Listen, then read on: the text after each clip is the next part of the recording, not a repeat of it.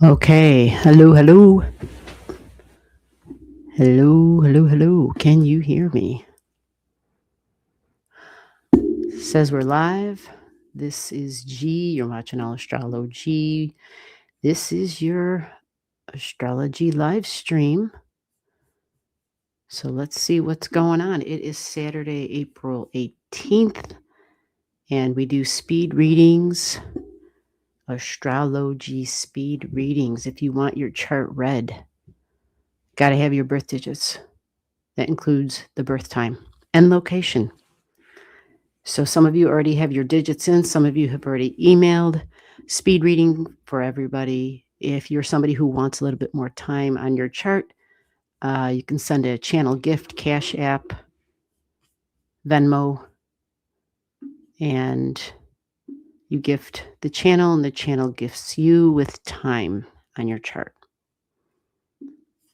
So with that all said, we're going to see what's going on here. Oh yeah, Allastrology at Gmail. If you don't want to put your digits in the chat, since the chat is the queue. Yep. Karmic Karen, I got you. I saw it. Thank you so very much. Yeah.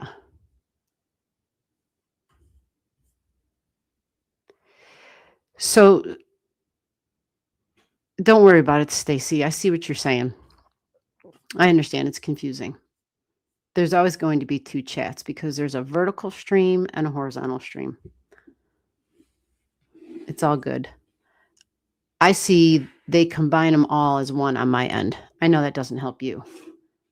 I really wanted a little bit more of my sage than that, or my cedar. All right. How is everybody doing?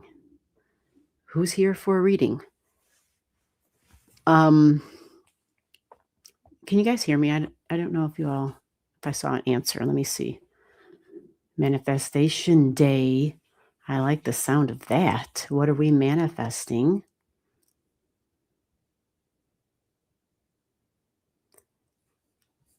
Oh, Karen, yeah, I see your question, a PayPal link. I do PayPal, actually. I just don't happen to have the link at this moment. I know. That's why I just put the Cash App or the Venmo. Those, yeah. Oh, I can hear you. Thank you so much. Okay. Stacy said I'm passing tonight. Okay. Sounds good. Let's start at the beginning. Hello, teamwork. Teamwork, are we taking a look? Hello, Christy. How the heck are you doing? Christy, teamwork.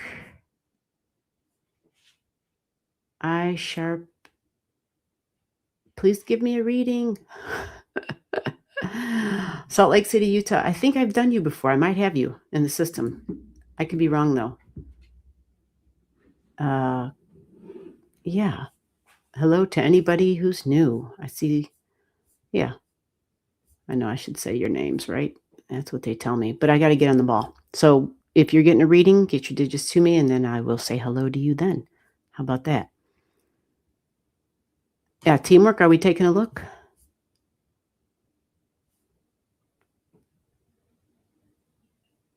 Is teamwork still here?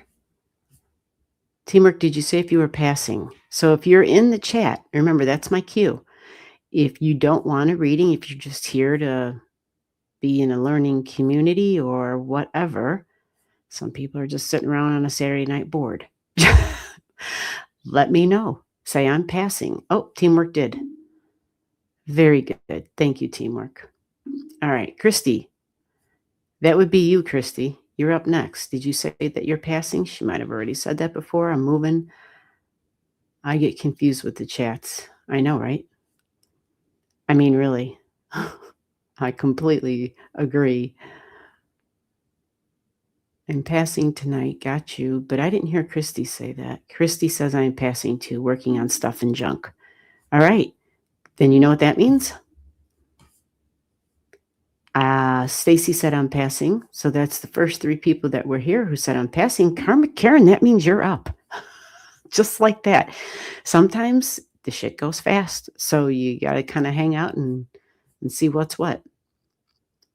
Thank you. Okay.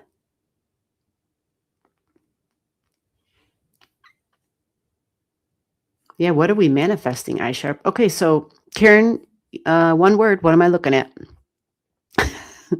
I'm gonna get your chart. I think I actually have your chart. I think you were here before.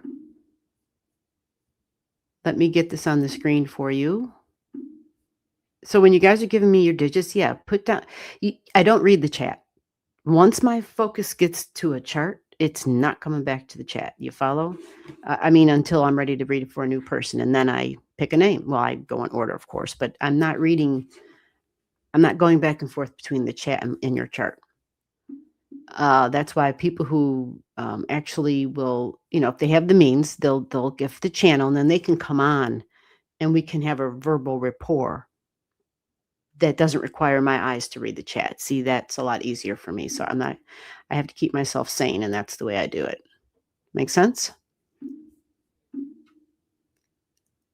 We did just have a live stream this past Tuesday and the Tuesday before. So if you're here tonight and you're feeling like, I don't know, you have things that you have to take care of that you would rather be doing, you can catch me another time.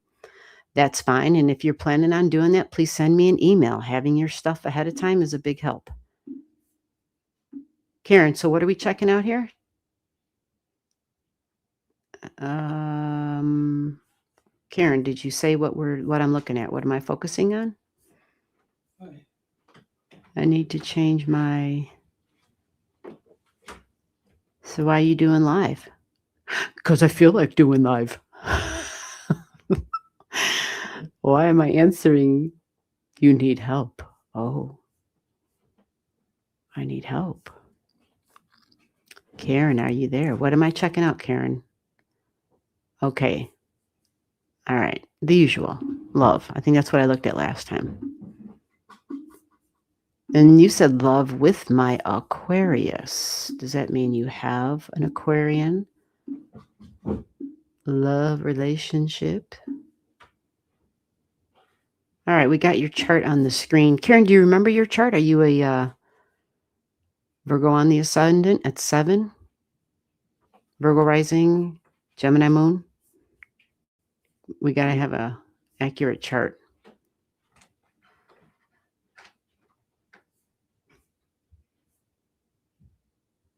Is this... Oh, great. So that's you then. This chart is you. 7 degrees Virgo rising. Gemini moon, 24 degrees. Yeah, that's a little tricky. Gemini moon, 24, right opposite of your Chiron. Ouch. Okay. Well, it's like an opposition between home and family, and the beliefs about home, feminine energy, values, and love is a big part of this, and always concerned about the future. I'm just saying. I'm just saying. That's that Chiron, that Saggy Chiron energy, love and my desires. But it's right at the opposite of your moon, so it's an emotional, yeah, it's connected where it says my emotional needs, my emotional security, my angsts about the future. But my emotional needs and stability are really kind of balancing on it for you. But the conversations and the communications, interesting thing about your moon is it's kind of like it speaks to a release and a let go, and not in terms of love necessarily, but in communication and communication style, learning, teaching. But it's also a beautiful, sweet surrender type of energy. And at that degree, probably pretty intuitive, actually. So, your 7th house, partnerships. And so you have an Aquarian, and your concern is a release ending and a let go, possibly. I mean, I know you're saying, is this going to be my last relationship? I will say this, that you're going to have Pluto here at 6 degrees in vertex. That's not happening until next year. Let me give you a detailed thing here to be super accurate for you here. Yeah, because Pluto goes retrograde. Oh, hold on. I got the Ay, ay, ay. Hold on a second. I got some Vedic stuff going on. There we go. We're going to stick with this chart because that's what we're looking at. Okay. There we go. So the Pluto goes a retrograde back to, so 2027 is where there's going to be a change and a challenge possibly in the department of romance. And it is an Aquarius because you have your vertex, which is a point of fate at 6 degrees, domestic energy. This is also work and job, though, but it is with group energy and friends, but it is placed in the house of romance. This is also children, fun, joy, and creativity. All right. So when Pluto gets back there, wherever Pluto is, it brings a change. It's usually on a deep level. So typically, what does that mean? It means that we make a psychological change inside. We're like, I need this. I need to do this. I need to take care of this. Now, let me look at some other objects quickly here. But again, this is not until next year, literally almost exactly a year away. You follow? And so there's a lot of time, but at the same time, let me see okay, I see why you got this concern. Okay. I mean, other than that other object. Did you have a little bit of a change and a switch up and a shake up within the home, but um, there's gonna be, at the same time this year, this whole 1 year out thing, Venus will be in that Aquarius energy. And so it is new, exciting, and different. And this is your chart. So it comes down to you making a decision because your moon is all about options. It wants choices and options all the time. It likes to think, it likes to learn, it's extremely curious. And there will be Venus trining your moon at the same time, along with the North Node, which is my values and the future of my values. But see, that Aquarian energy is a little bit of a shakeup. Now, what does the shakeup mean?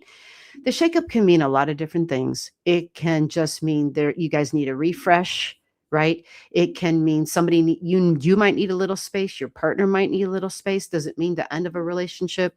Not necessarily. You want to know, is this your last relationship that you're ever going to have? Like, is this going to be your steady for the rest of your life? Because by this question, is this the last relationship for me? Yes, 5 years together in May. I'm assuming, this is I flipped back. So yes, we'll be together in the future. That's what I'm assuming, what you meant. So I'm giving you the outlook right now. You're already getting it here, right? This is the beginning of March. Yep, this is the beginning of March. You'll start feeling the rumblings. It's just all about freedom and independence. And many times we just need to make some changes and to refresh things.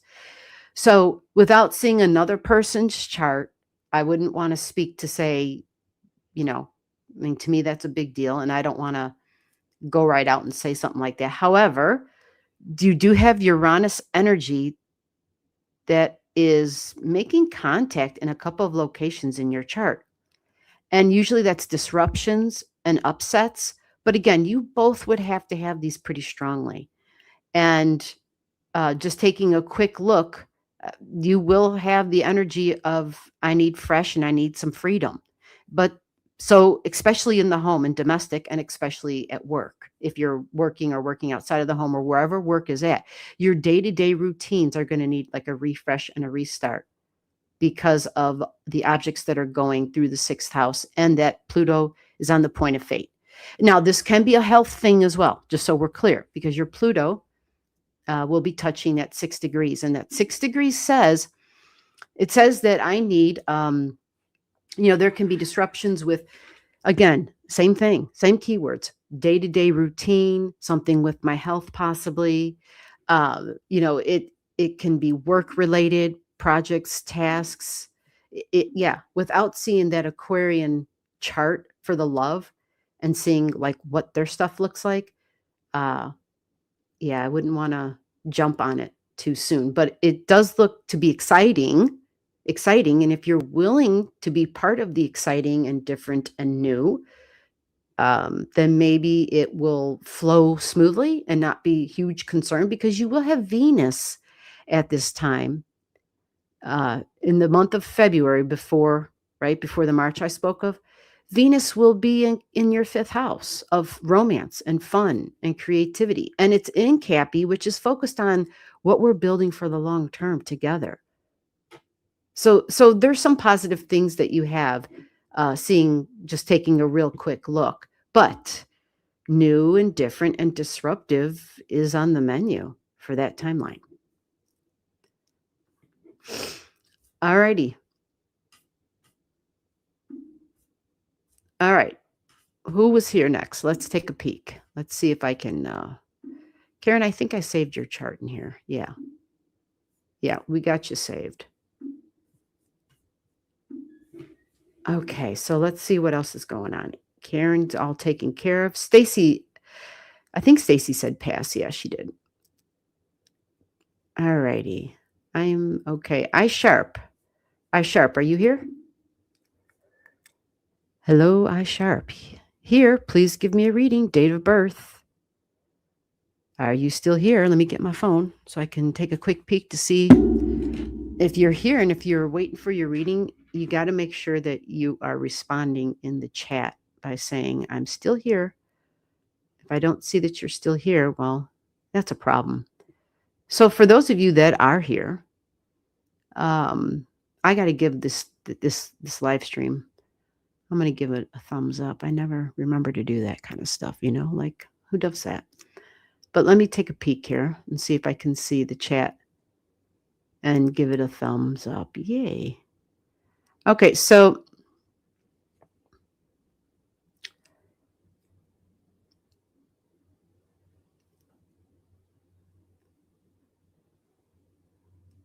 I don't see that I got a response from iSharp. So I'm moving to the next person.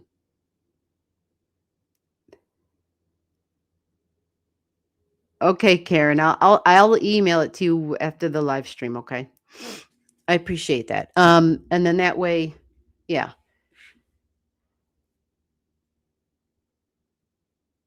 And that way we can figure out what's going on. So iSharp, I don't see you, or if you are, I didn't see you. Let me check and see if iSharp one more time. iSharp. Nope. Okay, next. Moving right along. If you don't answer when I call your name, I have to go to the next chart. Carmen Africana, are you here? Hi, I don't recognize your name, so I don't think I have your digits.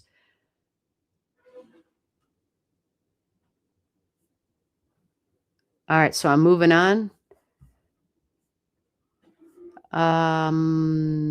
Let me keep scrolling. Richard says hello. Richard, do I have your digits, Richard? I don't think I have your digits. Maybe you passed on already. Digits. And hello, cutie pie to you too.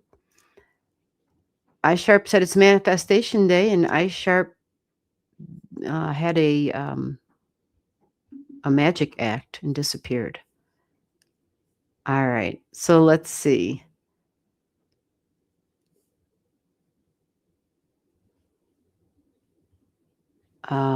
Looking to see who's next.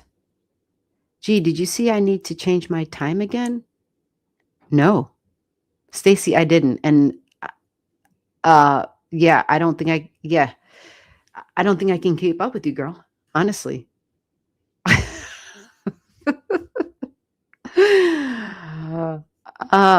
iSharp says manifesting new friendships that are positive and possibly love, money. Okay, well, iSharp, if you're not here, I can't check that out for you. All right, so here we go. We got somebody else, somebody different. Kells. Oh my God, Kells. It's been so long. I recognize that name, and I know your digits are not in this room, in this software. It's been a long time. If you're still here and if you want me to do your stuff, get your digits to me, lady. It has been a long time. Hope you've been doing well. How do I ask for a reading? You put your digits in the chat or you send me an email. That's how you get your reading. For those of you who have the means, you send a channel gift and I spend more time on your chart. And if you don't have the means, you get a free reading. It's called the speed reading, but that's okay. Something's better than nothing. And you can, let me see if that worked. Yeah, you can send your digits to me. The time I gave you was the time my mom came out of twilight. Like I said, I can't keep up, Stacy. Just amazing. I see people throwing in their birthday, birth time, birthplace. I need it all. Kels gave me her. I need it all. Birth time, birth date, birth city, birth state. I need everything. I'm drawing up a full chart. This isn't like yeah. I'm all about the intuitions, but I use the astrology to confirm the intuition. You follow? That's just how I find the greatest accuracy. That's what I do. That's what works for me. And if you're putting your stuff in there, put it in a nice package, all in the same comment. Don't make me run around up and down the damn live stream looking for bits and pieces how to piece together your birth time. Again, a nice, sweet package, all in the same message to me. That's how we do this. I got to stay sane. All right, so we got somebody who got all their shit together, all the same. Look at that. Look at that. 12/28/1981, 9:34 a.m. CPH Denmark. You're going to have to help me on the Copenhagen. I was going to say you're going to have to help me on that. What in the hell is that? I got it, you.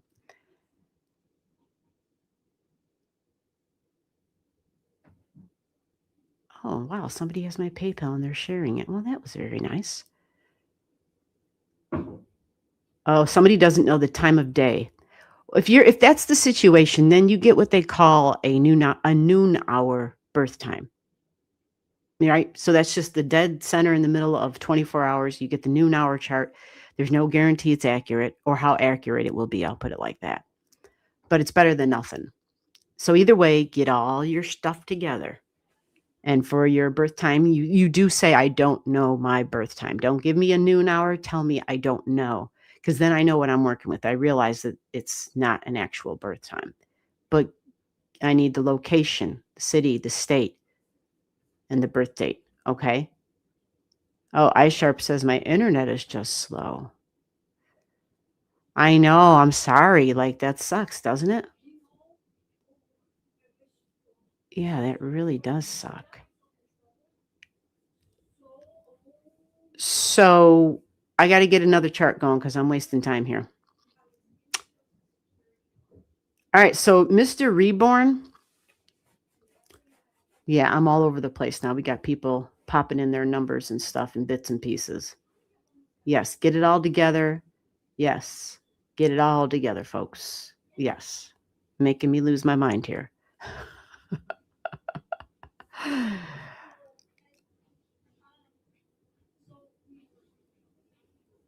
All right. Kinder person. Excellent. You did good. You did good. I see it all together. Very good.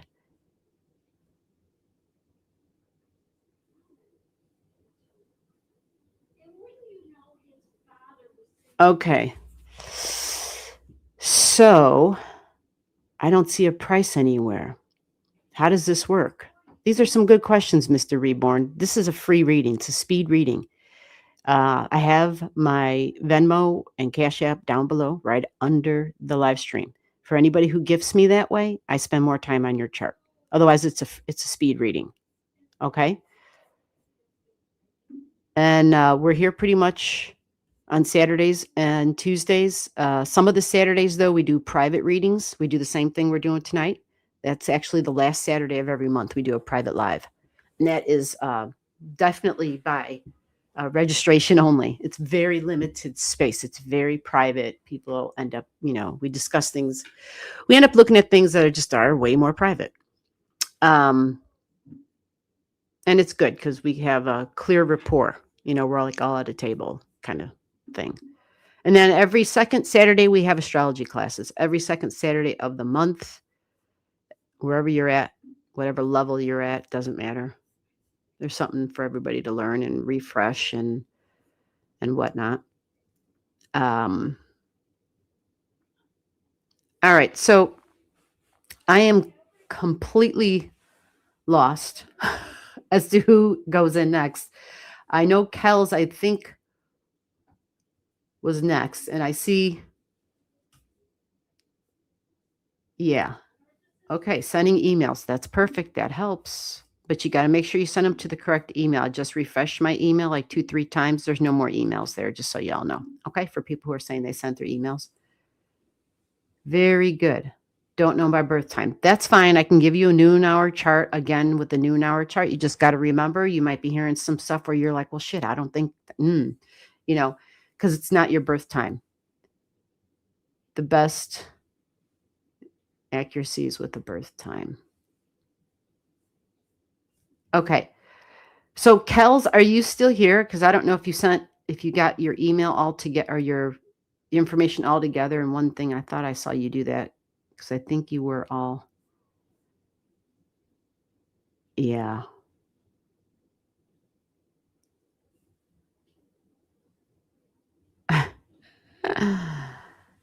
Okay. Yeah, I can see Kels, but I'm just piecing it all together. iSharp says I'm still here. Yeah. You're still here, but definitely were not here when I called your name. So let me see if I have you. I do.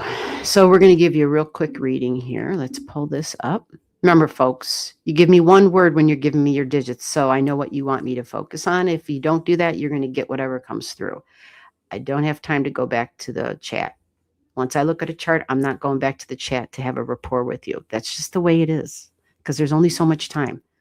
If people gift the channel, then they can be on here with me at the same time talking to me so that I don't have to read the chat. I can hear what they're saying. But they've paid for the extra time. You follow? It's the most fair thing I could think of, other than saying, well, if you want to do this, then you just got to get it, you just got to seek me out privately. But this is my way of trying to help people, especially if people don't have the finances. I mean, that's just the reality. Astrology readings are not cheap, and I know that. Okay, so let's get this on the screen. I think this is what we're looking at here. And yeah, we'll get that going in a second. Some people, I think, need to see it. That way you can see how this all works. So iSharp, did you say what I'm focusing on, or did I see that? I don't think I saw it. So we're just going to go with damn phone. I never get to see all that. Now I know why. Like Stacy said, it's only going to show you one chat. Okay, so let me do that.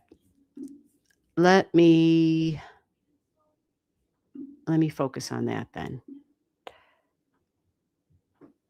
Okay, so your Cancer energy jumped out right off the bat. So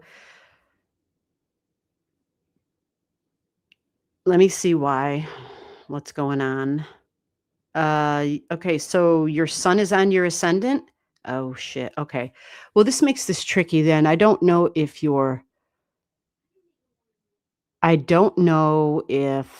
because you're by the minutes, it's so close. If Venus is your great benefic or if Jupiter is. And Jupiter, like I said, the Cancer and the Jupiter energy was kind of what jumped out. So,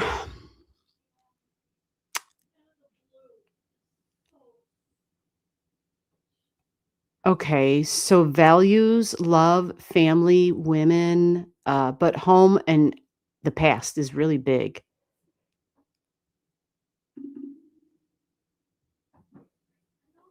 Okay, creator and destroyer energy, I see it where your north node is in your fourth house. Family and home is really big in general, but the wounds of the past are huge. There's, yeah, it's, Scorpio energy, we connect to trauma. It's also like super detective energy, really psychic energy. It's emotionally penetrating energy. We always got to be really careful with that kind of energy, but you have a lot in your chart that screams the past. You have a point of fate that talks about the past. You have your north node that talks about the past. You have your Uranian energy in your significant relationship. So there's a lot of karmic energy here. There's a lot of freaking history. So women, feminine energy, values, money, maybe banking and finances. You've got like a superpower up there in your 10th house. If this is like a good chart for you, like it's accurate, you've got a superpower energy. And it's also speaks to the public and working with the public, possibly. So again, whether it's in finances, building something, building long-term financial security. Um, yeah, I wish I knew if Mars or Jupiter, like which one was your thing. Your Saturn is in your 12th. So we're just going to stick with this Cancer energy. Jupiter, very soon, literally in the next couple of months, you're going to have Jupiter touching in where it's going to connect with duties and responsibilities. Very serious energy. It's going to probably increase rules and restrictions, possibly even. And it's like regulation energy. It might slow things down even. Now, in your chart, because it's in your 12th house and it's with emotions and family in the past, whether this is your mom, whether this is female people in your life, or just people in general who feel like they have a nurturing quality, Jupiter is going to expand upon that. There's going to be more of that. But the thing is, you might experience bouts of depression. You maybe have experienced bouts of that in the past, or these feminine people in your life, or mom energy, home, family, mom in general, because of the connection to residual energy, whether it's soul energy, another lifetime, soul memory, however you define it. The Jupiter is going to touch on that Saturn energy. So it can have some beautiful benefits, because for you in your chart, the benefit is that it won't last very long, and then it'll have a beautiful strong trine to home and family, to your north node, the public and women. Now, when I say home and family, this can be property and housing as well. All right. And a beautiful strong trine with Jupiter. If Jupiter is your great benefic, this can give you options with home and family. It can expand upon your home and family. Some women even get pregnant and have children during this time, because it's fourth house. And anyway, there's a lot of feminine, strong, creative energy happening here. Let me see, 75. Yeah, maybe not. But again, it could be property, and there are many ways we can expand our home and grow our family. But yours, there's a healing that's what you're really looking for here. There's a resolving and a resolution of the past and the past traumas and some of that ancestral stuff. So it's looking like the timeline on that is going to start for you around May 18th, and then moving forward all the way to June 18th is when it becomes even stronger. And then by July 18th, everything's changed. By the beginning of July, everything has changed. It's things are even more optimistic, more bright, more fun. So that's just kind of a heads up that there is a time where things may get very serious and may feel very heavy for you. And there might be a lot of stuff, a lot of karmic energy, a lot of deep psychological stuff that you're processing and dealing with. But again, this isn't going to last super long. Okay. So just keep that in mind going forward, that it might be some clouds, but there will be some sunny skies shortly after that, as soon as like the end of June. Soon as the end of June hits, that last week of June, you're going to start feeling that change.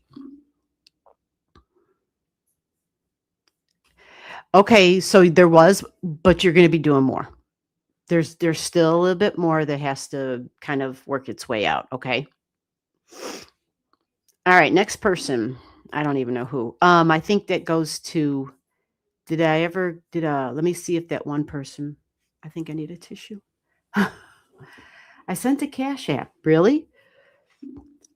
Okay, some people have sent. Okay, I see. I got you. Whoever was saying they sent stuff, I'm in the email now, and legitimate emails are here. Very good. Um,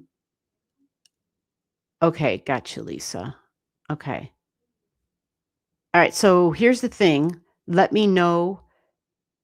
if your email doesn't match the name that's showing up in the chat, that's where it gets tricky for me. So you just got to make sure I'm clear as to who you are so I can match. You follow?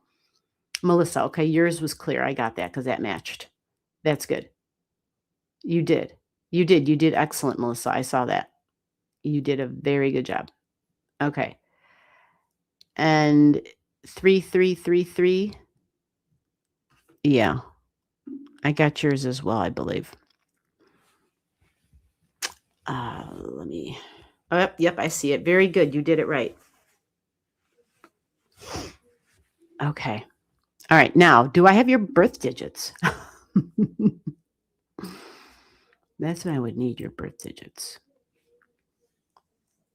Okay, so we're moving on. We're going in order here.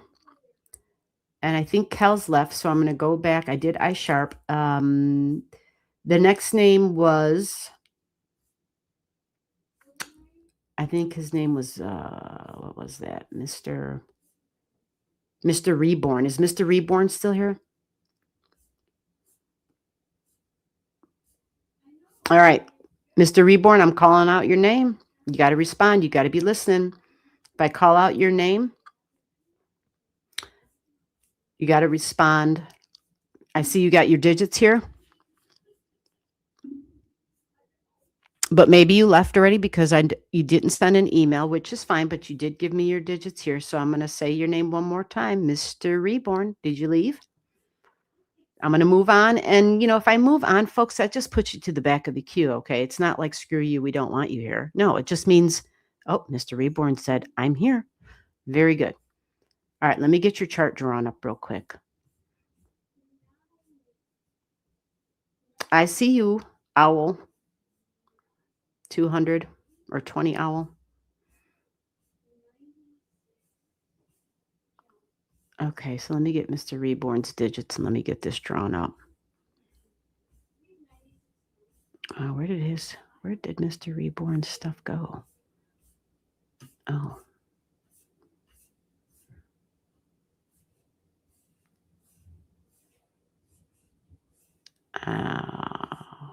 Man. The chat disappeared. Yeah, did it disappear? Because I'm like, where did his digits just go? You had it all together. It was like a one-liner. It was perfect. And I might be scrolling too damn fast. There it is. I got it now. Yeah. Okay, let me get this on here. I don't see a one word as to what I'm looking at for you, though. I didn't see that all this time. Come on, people. Come on. If I got to ask you about what it is and you've had your stuff there the whole time, you're not helping me. Come on, help me out. Help me to help you. Get your stuff together and let me know what I'm looking at. Like one word as to what I'm focusing on. And if I don't have that, you're going to get whatever jumps out. That's just the way it is. So December 28th. Oh, I got to write that out. I'm over here writing the digits like the software is like, you're nuts. December 28th. Okay. Oh, did I really do that? I did. Oh, my housemates, I swear to God. I need headphones, but I don't want to wear headphones. They bother my ears, but I can hear so much stuff I don't want to hear. You know what I'm saying, guys? Anybody else have that issue? Yeah, where it's like, do I really need to hear all that? All right, so Mr. All right. Did you give me a birth? Yeah, 934. Very good.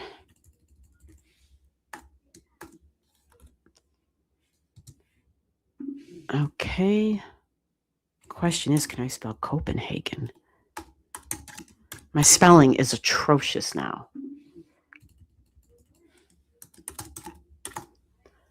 I think I did it. It'll tell me. It'll be like, that doesn't exist. Have you seen your chart before, dude? Mr. or Mrs. I don't know who this is. I said dude. I apologize if it was wrong, but I know, man. I can't stand the damn headphones. I don't like things in my ears. The earbuds hurt my ears.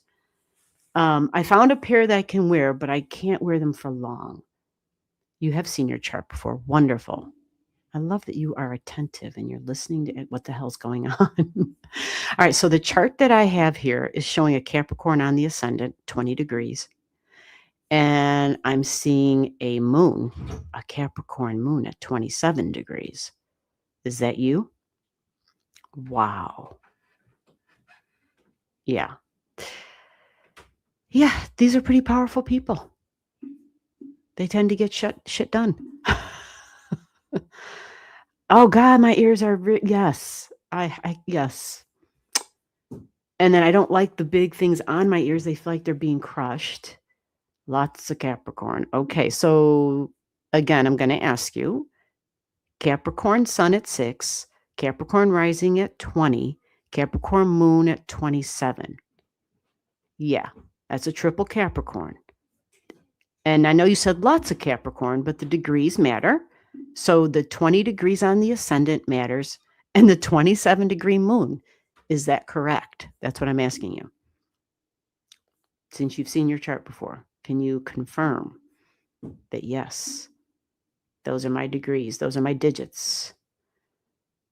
Okay, you're going to have Jupiter. Ooh, you're going to have Jupiter on your descendant. You had a Jupiter trine Jupiter in the last year.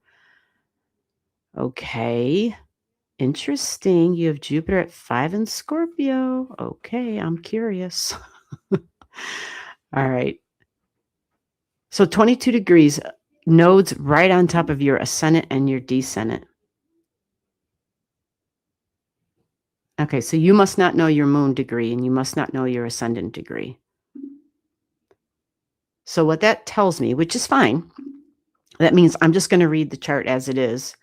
And if you come in 5 minutes or 10 minutes and tell me, no, that's not right, then I'm moving on to the next person. And I've had a lot of experience at that too, let me tell you. Okay, looks correct. I'm not. Okay, that's fine. Thank you for communicating. That's all I need, somebody to communicate. Yeah, Jennifer, I see that. I see what you're saying there. Whatever it is, it drives me nuts. Yeah, I have elf ears. Like if I take this off, I have the pointy ears. And yeah, I like your reasoning. I like that. All I know is it bothers the crap out of me. So, yeah, you're going to have Jupiter over here on descendant of relationships.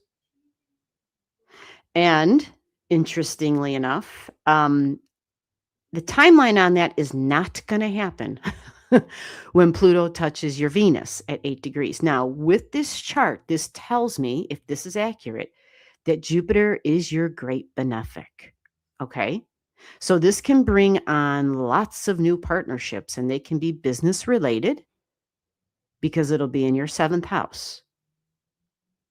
You follow? So Jupiter's right now in the house of health, home, family, health. Strong feminine energy, possibly working with the public. Possibly working with the public. Communication. You have a moon at 27, so communication is big. But the 22 degrees, you're going to have Jupiter on your north node. But again, this is going to be triggered. This will be triggered for you. Yeah, end of April, beginning of May. Jupiter is going to be triggered there. And so what that means is an abundance. Jupiter is going to bring more opportunities.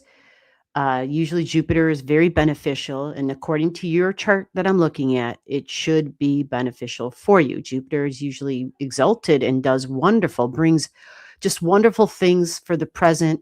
And it kind of combines some stuff from the past. It brings us some wisdom. It's optimistic. It's adventurous. And opportunities are abundant. Opportunities and abundance are Jupiter keywords. So having it in the 7th house for partnerships, it can be love, but also business and professional. Okay. And your north node in your Cancer energy is there in your 7th house. So this is going to get triggered by Jupiter. Okay. So it's saying that, yes, you value home and family, but your north node, this is what your soul came here to do. Like our south node is where our superpower is. It's like our innate abilities that we just have a gift. But the north node is usually something we have to kind of work at. Okay. So your north node is your soul's goal, is telling you um, not to give up on your ambitions and your goals and working hard towards building something financial and tangible, but to balance it with empathy, kindness, and sensitivity. That's the goal of your Cancer North Node in relationships, personal and professional, to bring on more empathy, more nurturing qualities, more kindness, more when we think of mom, okay, nurturing energy. We're just a little bit more understanding and compassionate. That's the goal there. Yours, I'm going to be straight with you, can be tricky because your node is at 22. That's a Saturn degree. Saturn is hard and cold. So this, if you have noticed, this is a little tricky for you to be warm and nurturing. It would be for that reason. This would also mean you might attract people who are like that, who are very much more of, they've got like the strong mother and father qualities, authority figure energy, boss energy. And so, all boss energy, these people have to be bosses, right? And if they end up trying to be nurturing and kind, then they usually, yeah, then nobody listens to the boss, basically. But there are ways to do that. Trust me. I mean, women have been doing it for eons, and they have the ability to be the firm mother, but then and be nurturing and loving. But then when the mama bear comes out, oh, she comes out. It's the protector. It's the do as I say type of energy with the firm look, with the firm voice, but it doesn't have to be mean. And then it can be available for an emotional connection, which is what Cancer energy is wanting for you to work on. Your soul, actually, not Cancer, but there's your soul. So what I am saying is, this is May. This is May. You're going to have this opportunity beginning at the beginning of May, and it's going to last. The timeline on this, the timeline is going to be for about 3 weeks. And then after that, the Jupiter will be in your seventh house still of relationships. So if you're able to do this, you will may find that you're going to have more opportunities because that's what Jupiter brings us. So when you mix Jupiter, the wise sage type of energy that talks about the future, and you combine it with that north node, then what I mean by combine it with your north node is taking care of your soul's goals. When you move forward with what your soul wants you to do, then you will get those opportunities. Jupiter can be lawyer and law energy as well. So again, seventh house, same thing, lawyer, law, contracts. Good things can come when the empathy and the nurturing are embraced. I have a gaming headset with a mic. I love it. I've heard yours, Christy. It sounds wonderful. Does it bother your ears? That's my big, big, big concern. And of course, the sound. If it sounds like crap, I'm not doing it. 'Cause sound bothers the shit out of me. If something sounds bad, it really drives me crazy. It really makes it easier to edit videos too, using a microphone. For me, I don't sound as horrible. I like my voice better that way. I'm like, okay, I can handle this. All right. Oh, thank you, Christy. I appreciate that.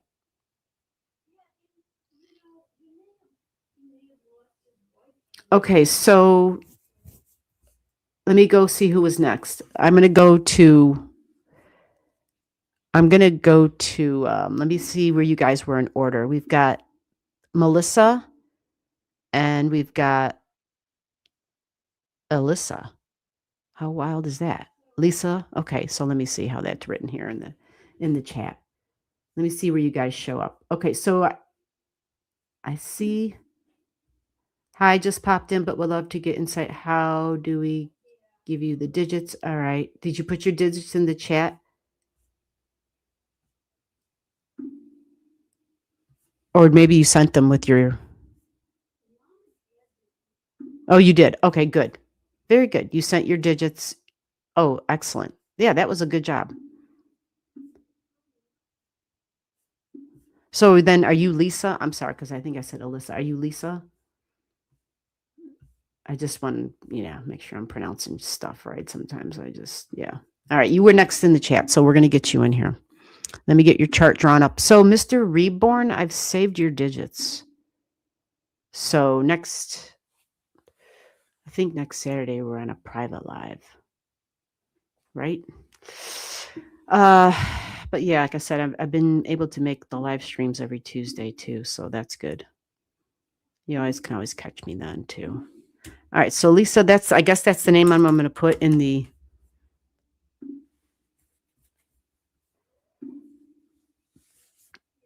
on the chart.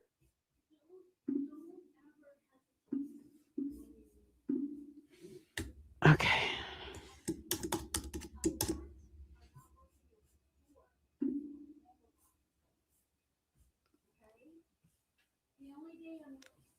Okay, let's see if we can get this going here.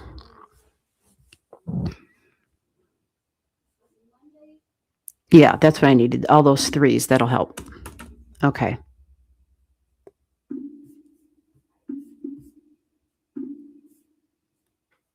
All right, so we have a June birthday.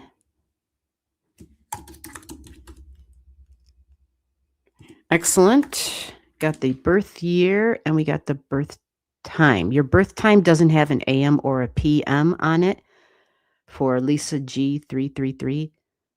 Is this AM or PM?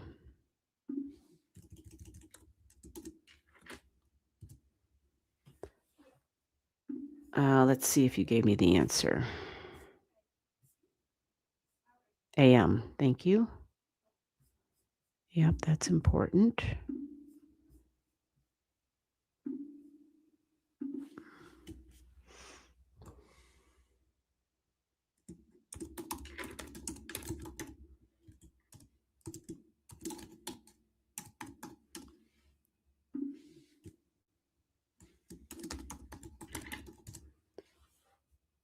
Have you seen your chart before, Lisa G333?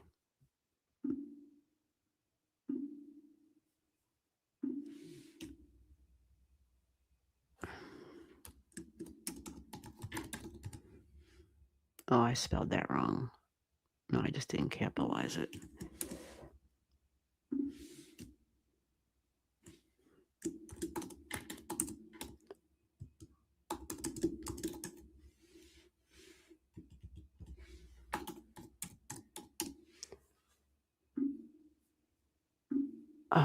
Have you seen your chart before? Did you answer that? Do you know what your moon sign and what degree it is? Your rising sign? Your screen keeps freezing? Oh, well, that sucks. That's your internet. Yeah. Okay, so can you confirm? Where did your digits go?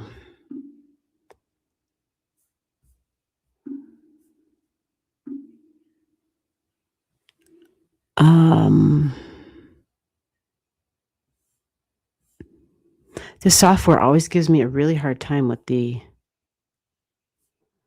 District of Columbia. What the hell? Okay, can we get this out of the way?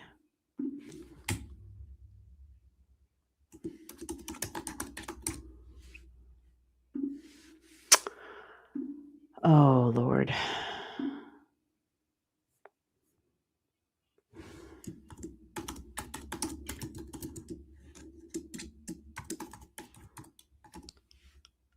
Okay, let's see if it...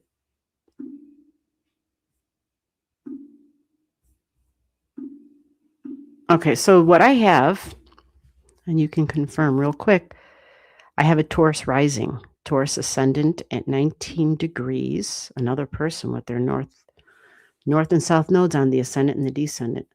I have an Aries moon at 13. Ooh. Is that you? You would know if that's you. Yeah, okay. All right, your screen keeps freezing. No worries, as long as you can hear me.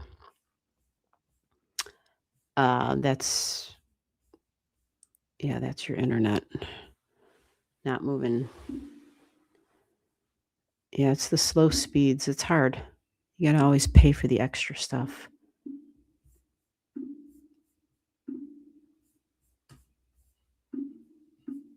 Okay, let me save this for you. Yeah, so this Aries moon, this is gonna be a big deal. We're gonna work on this. This is pretty much Saturn's eventually gonna get here. Uh, that is going to be let me get there for you. We'll tell you.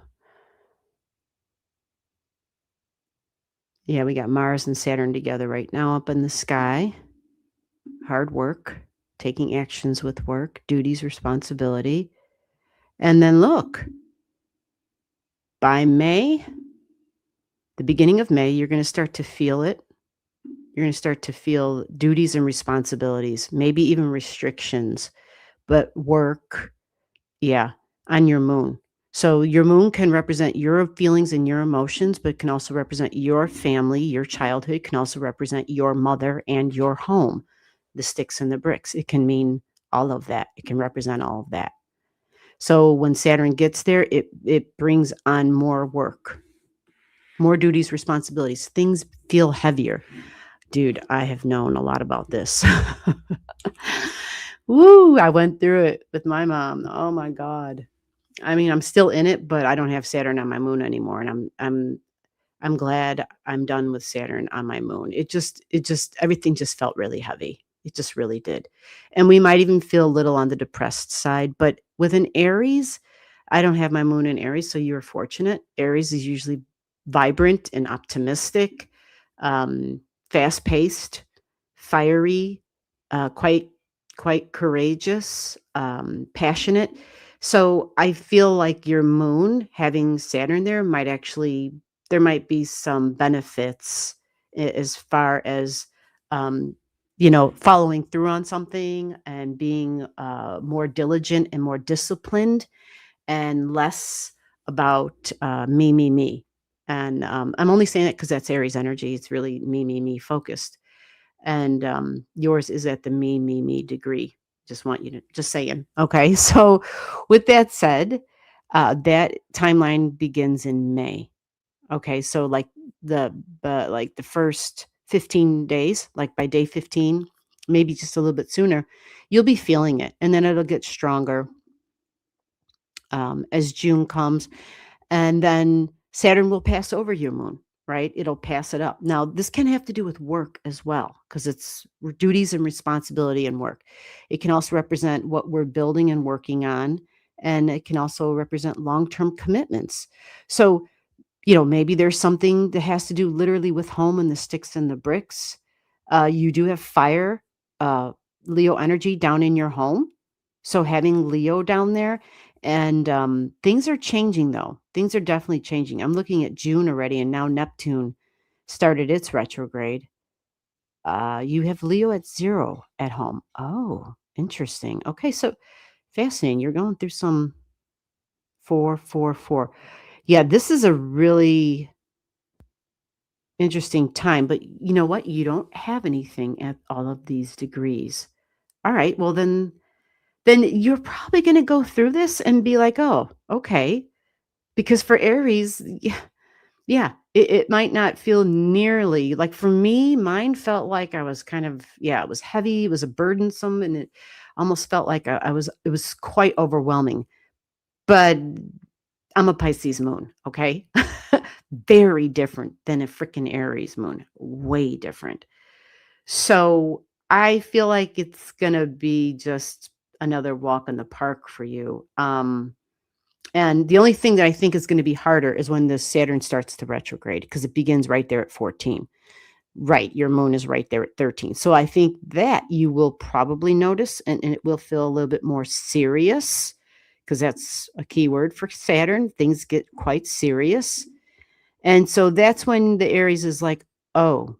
So we're talking July, okay? That'll be around the month of July. Things will get a little bit more serious for you in terms of family and home and feeling maybe even, things heavier with more work to do, but definitely more work in the home and that mom energy. that mom energy, duties and responsibilities. I'm just trying to see if you have other things that are lining up at this time. It doesn't seem like you do. So I feel like this is going to be like not too big of a deal. But there's something here that's going on anytime our planet retrogrades over a really important point in our chart, which would be a moon. That's a big deal. It just, the Aries moon just might you really need some of Saturn's discipline.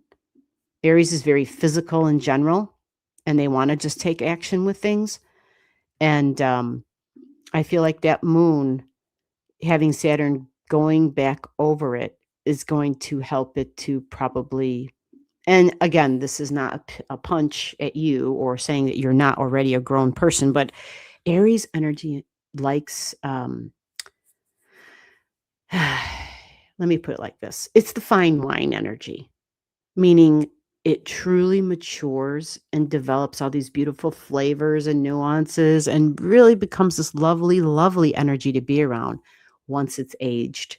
That's really how Aries energy operates best. And it becomes quite an inspiration actually at that time. And so because Saturn's going over, there's something here maybe about the naivete. There might be some, again, ego or things from that are childlike, that Saturn's working on with you. Okay? So that energy also plays out with karma for you. There's a lot there with karma and your moon and the past, because in a way, even though you're an Aries moon, it's sitting in your 12th house. Okay. So the 12th house is that placement of sensitivities. So you might have sensitivities to your body, to your head. It might be extremely sensitive about home and family and mom. And with mom and the moon, there might even be some mother wounds because there's a lot of karmic energy involved. And Saturn's going to be going over that. So if you do feel those bouts of depression or feeling like things are daunting and heavy, just keep in mind that it's not going to last forever. The hardest part will be in July when the Saturn's doing its retrograde. Well, you'll feel it most strongly. And then once it passes over your moon, I'm going to give you that date. Once it leaves your moon alone in that retrograde, like gets away from your moon, it should feel very different. You'll start feeling an ease, but that's not until like September, October, end of September and October, where retrograding Saturn has got the hell off of your moon. So there's a decent amount of time there where you'll be feeling this, but I think you're gonna be fine, because by then Jupiter is in your 4th house. And it's very optimistic. It's in Leo. It's fiery. It's up. Yeah, I think you're going to be just fine. But home and family and mom are truly lit up that whole time for you. Okay. Okay. So now the next one is,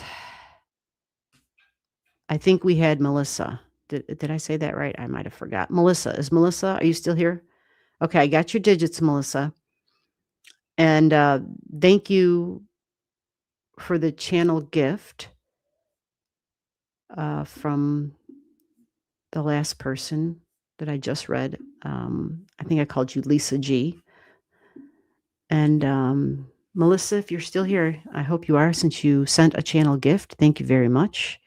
I'm always grateful. When you guys help the channel, you help me help you. And let's see if Melissa's still here. I'm sure she is, since You are welcome. Yes, you are welcome. Melissa said I'm here. Great. Absolutely. Okay, good. This all resonates. Okay, good. Yeah. Again, remember Lisa G, or yeah. Jupiter is going to be helping you out. It gives you a lot of optimism. It gives you a lot of wisdom in general. And things will feel like they're moving fast for all of us. So it's better than going through something difficult and this shit just dragging. We don't want none of that. All right, let's get this other Melissa. Let's get Melissa drawn up. So I've saved you in our system, Lisa G, but just remember you're here as Lisa G. Sometimes people come back and they give me out. They give me different names, and then they're like, but my digits, you have them. I'm like, oh, well, it's under a different name.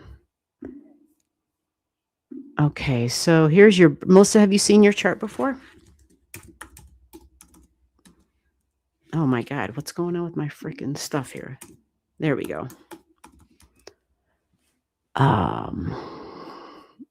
Is that the same name? Melissa, me, what is that, 188? I'm just going to do what you have there. And that's better that way. Okay.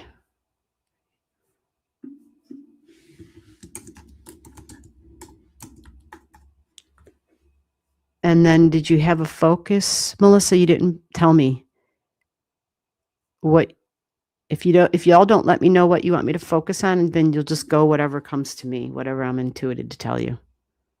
Make sense? Oh, good. You got your birth time, 6:02. Very good.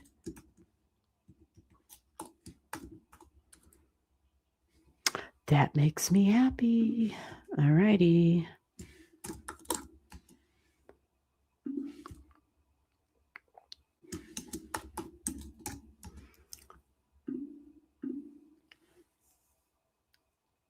Melissa, did you want the link? Do you want to jump on here? Did you want to be able to talk to me? You sent an amount that would enable you to actually get the link if you want it. You don't have to. Oh, Melissa said no, anything that comes up. Okay, no problem. Let me verify the chart with you first. I don't know if you said you've seen your chart or not. Let's get this on the screen so you can see it. This chart is showing March 8th, 1984, 6:02 a.m., Mesa, Arizona. A Pisces on the ascendant, a Pisces sun.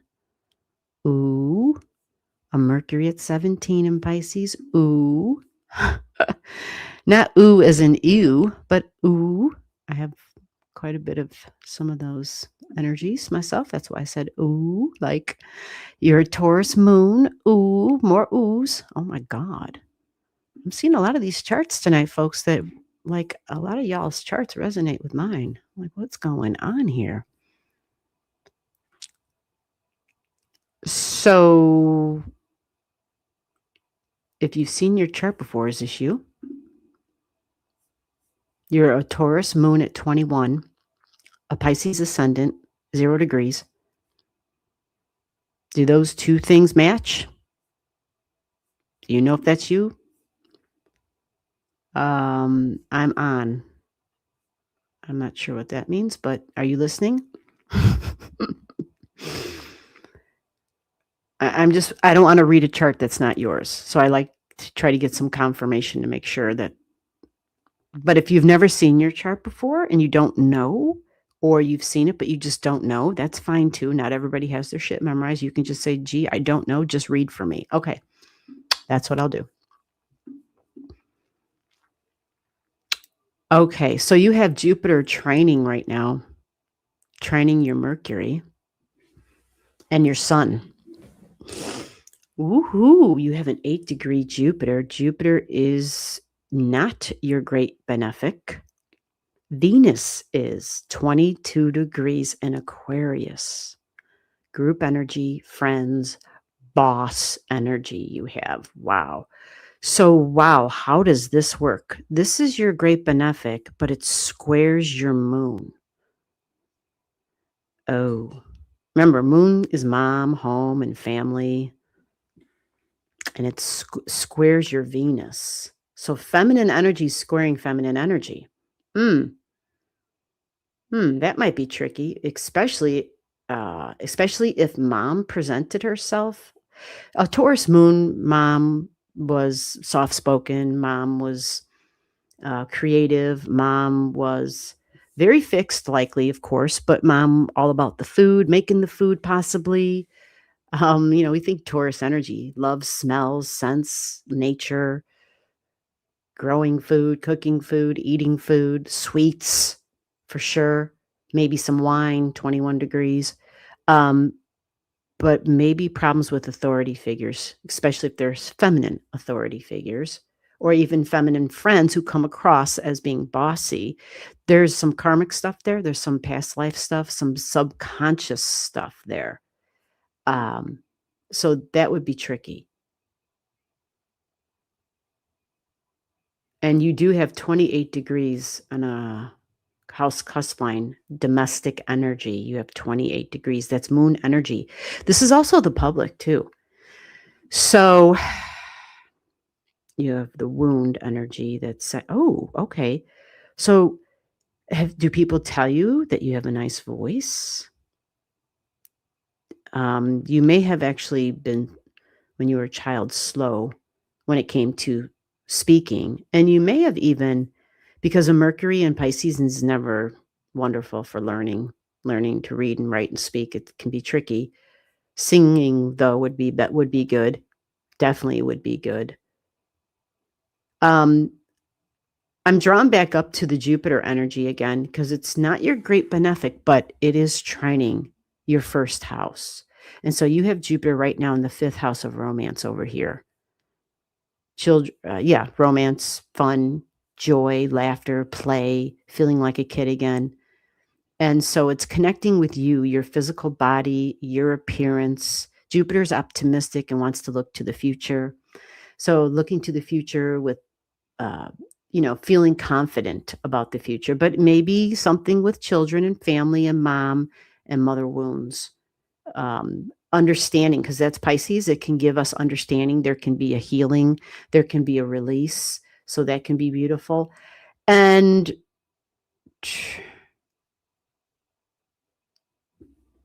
okay, you don't have anything there or there.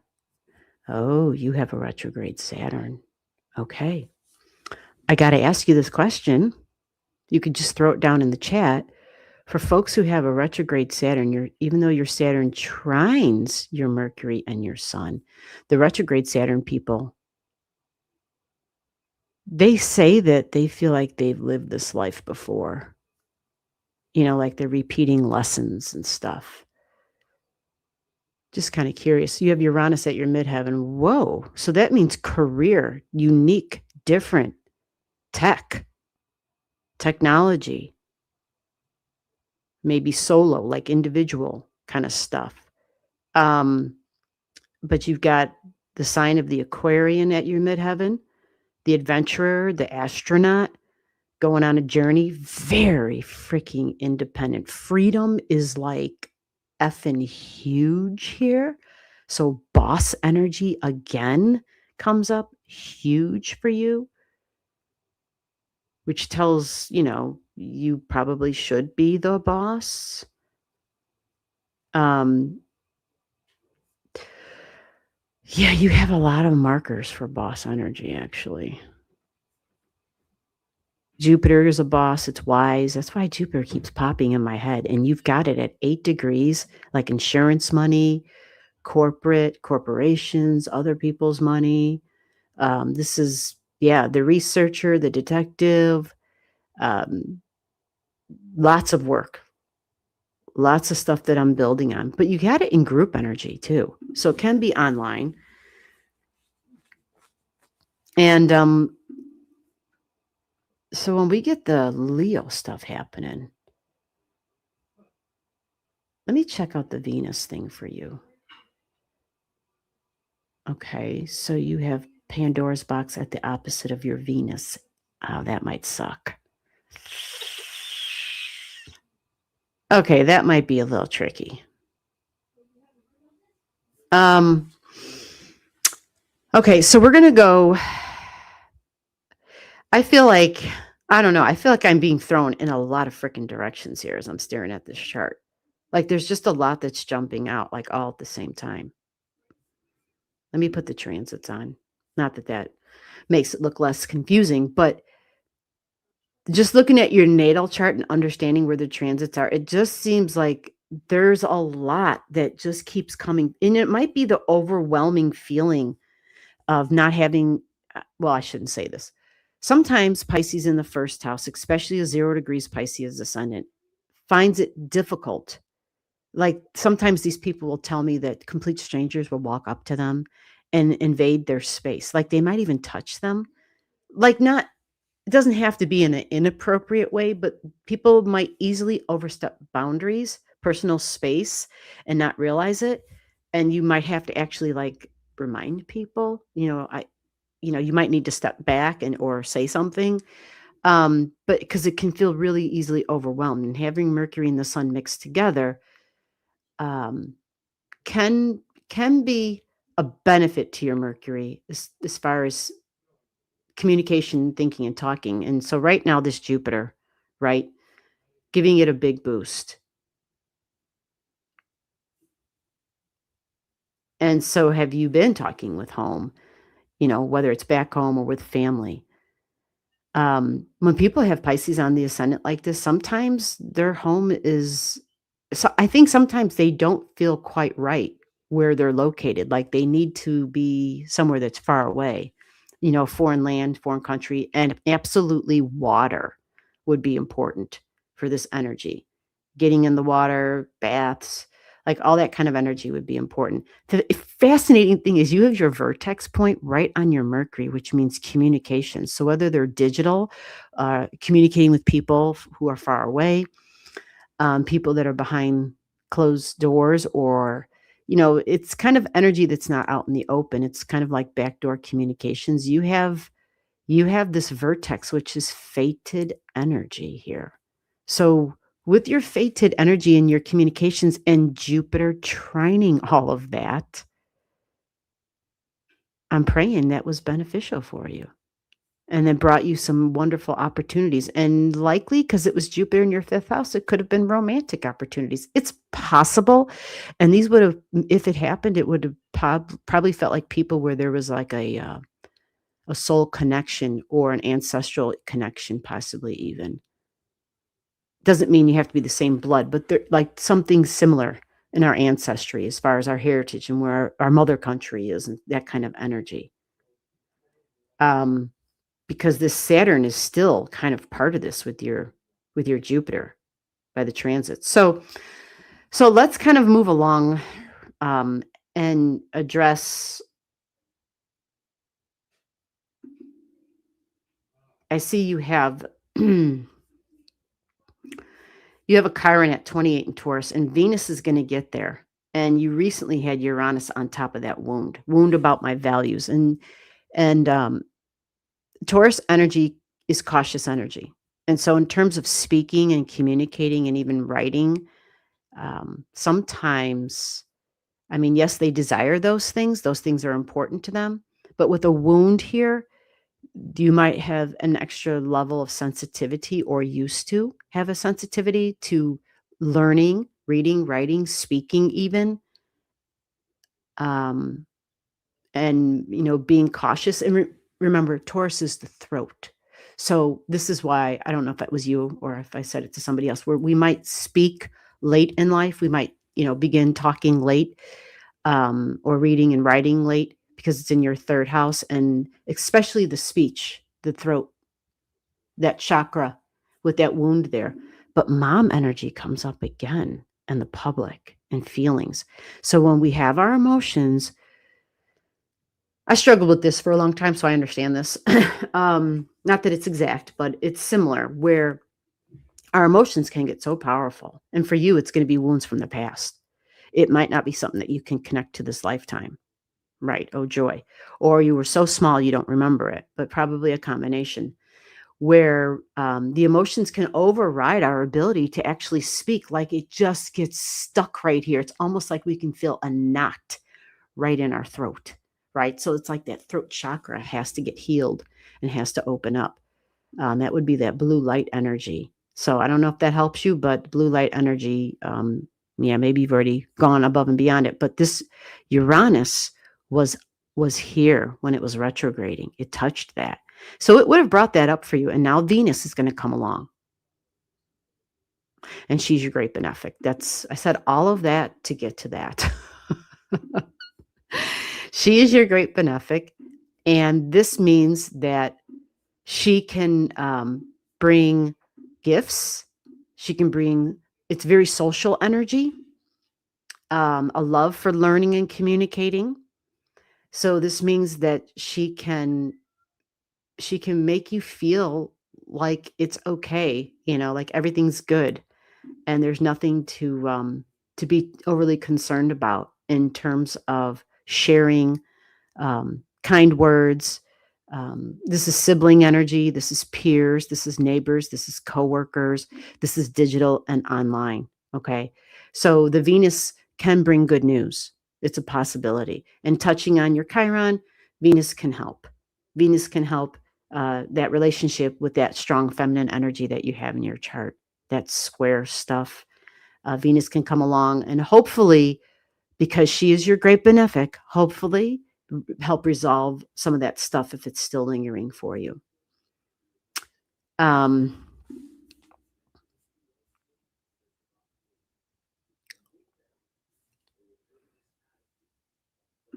so partnerships, you have a partnership right here, Juno at 26. You see that? And that means Venus is going to be right on that. The only thing that concerns me is Algo, ALGO, is right here. So I'm hoping this is like stuff that Venus comes here all the time, right? Once a year. So this isn't like a big deal, but it's just that you had Uranus actually working all of this for a long time for you. Yeah.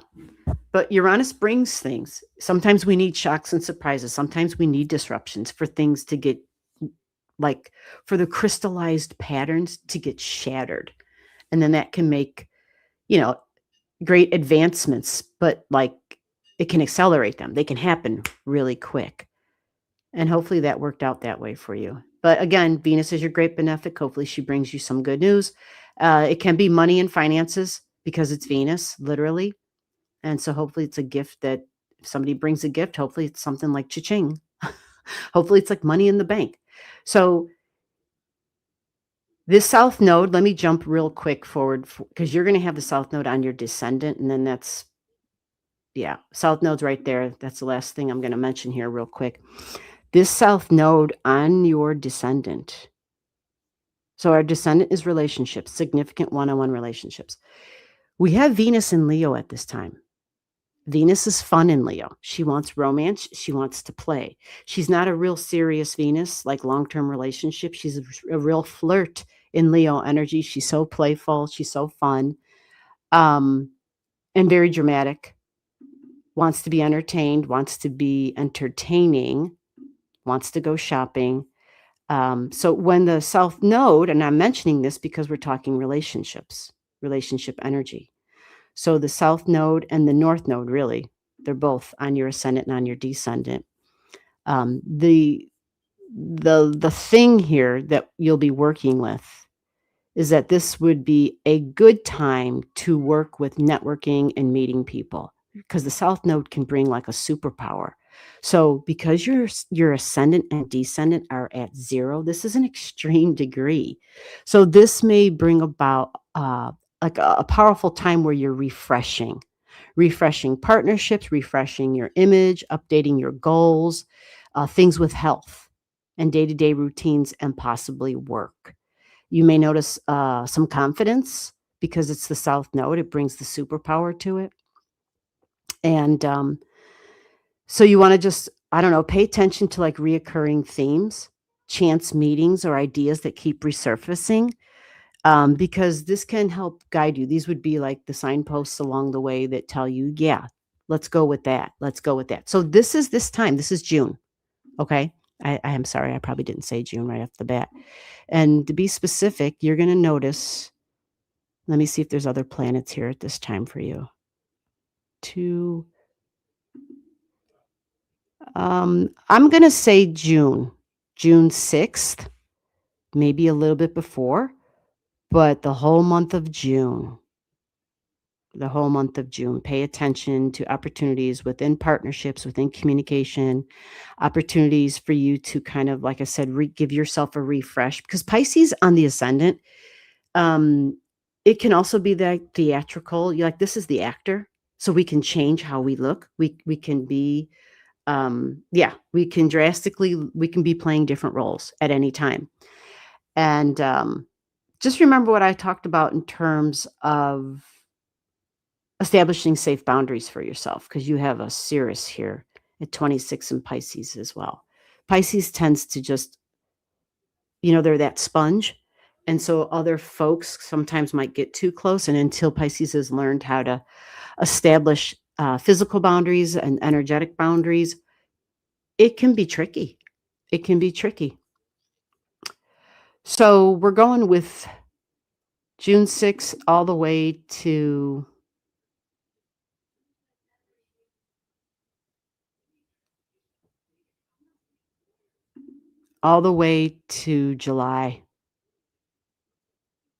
July. Wow, you've got till the middle of July where you've got this time of self and partnerships. And you'll have Uranus really, really in your 4th house. So relationships and talking and communication and new is really supported because Uranus is fast. It's like a lightning bolt, but it's different and exciting. And I want to do different and new. I want to talk about it. I want to think about it. I want to learn about it. Technology is highlighted here. I said it's in your 3rd. It's not in your 3rd. It's in your 4th house. At 4 degrees, it still will be in your 3rd, though. Yeah, so for that, I was right. That whole timeline, that June all the way to the middle of July, yeah, because your 4th doesn't begin till 11 degrees. So you're good. So new and exciting is on the menu for you. Communications, partnerships, personal and professional. And you're another person, another interesting timeline, but you don't have anything around that 4 degrees, 4 or 5 degrees. Okay. So I hope that helps. I hope it makes sense. And she said, I am the boss. Yeah, you don't need to tell me. I see that you're the boss. All right, so let me save that. That means this is your chart. If it sounds like you said you're the boss. You got a lot of objects there. Okay, next. Who's next? Hello, 23, Lanny and Sybil and Jennifer and oh, Gemini rising outlook is here. What's going on, Gemini? It's been a long time. How are you doing? All right, so we do readings, and let me get this to show up real quick until I can figure out who's next. Let me go check my email. And see where we're at with that.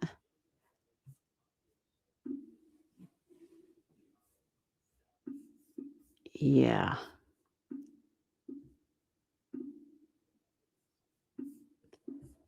Okay. So, yes, people tell me their life story all the time. My home is my business. Traveling freedom is everything. I work hard and play hard. I was a late talker. I had to go to speech therapy. Okay, well, isn't that awesome to see it in your chart though? Like I know when there's because that shit can be traumatic, right?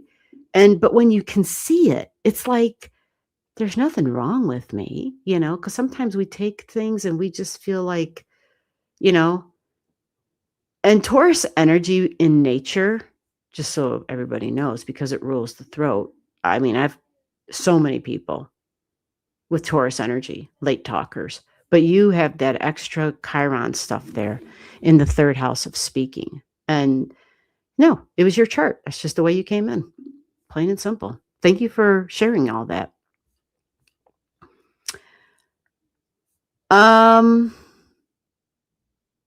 Okay, so let me go backwards a little bit so I can double check.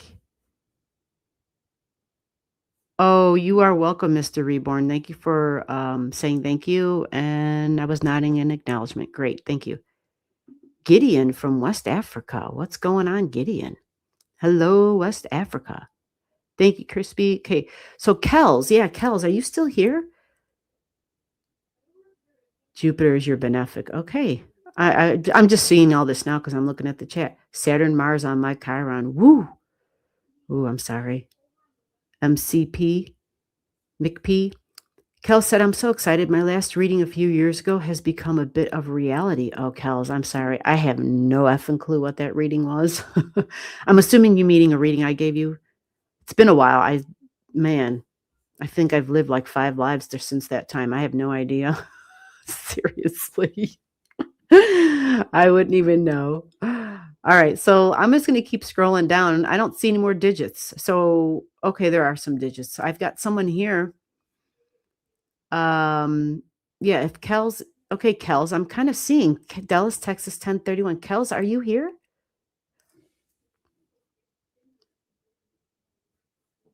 Let me put that for myself. I also see kinder person. Are you here? I see your digits. You said you don't have a birth time, so then we'll give you a noon time. Um,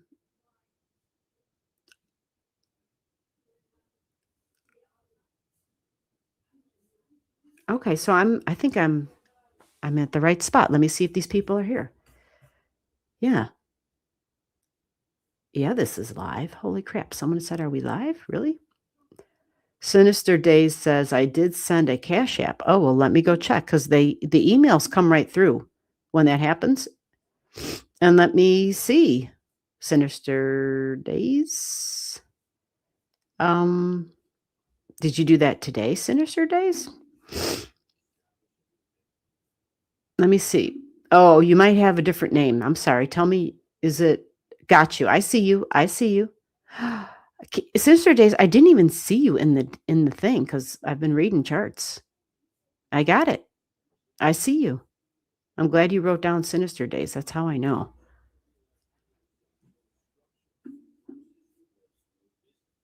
Okay, Sinister Days, are you still here? Um, but yeah, there were people in front. But if they're not answering, then yeah, I'm just going to go to people that are here. You know how that works.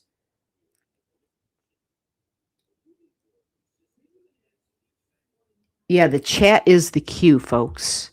You have to get in the chat. You have to say hello. You got to put your birth digits in.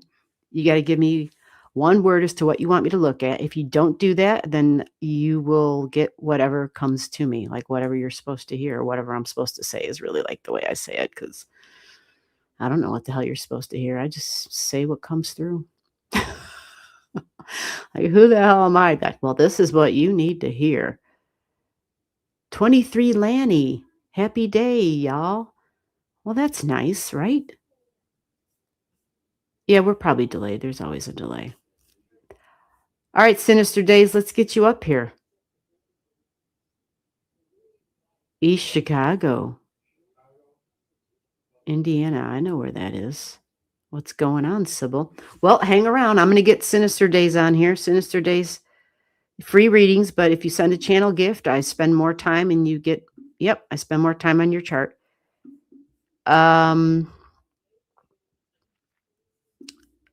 Sinister Days, let me see if you're in this new software. We're in this new room, this other thing, and we got this other. Oh, I do. Good. Great. Thank God. That means you've been here recently. Well, in the last couple of months at least. All right. So, Sinister Days, did you say what I'm focusing on? Nothing particular, just whatever you see. I appreciate that, Sinister Days. Thank you for letting me know that. That helps so much. All right. So, the way this works. All right. Aries ascendant, Taurus moon at 3 degrees. Man, like Taurus energies is coming in strong tonight. Oh, you've got that Venus at 29, conjunct that Uranus energy. I know this chart. Hold on a minute. I need a tissue. Where the hell did my tissue go? Oh, my Lord. I don't have a tissue? Really? Hell? What did I do? Oh, Lord. All right. 1 second. Some water wouldn't be a bad idea.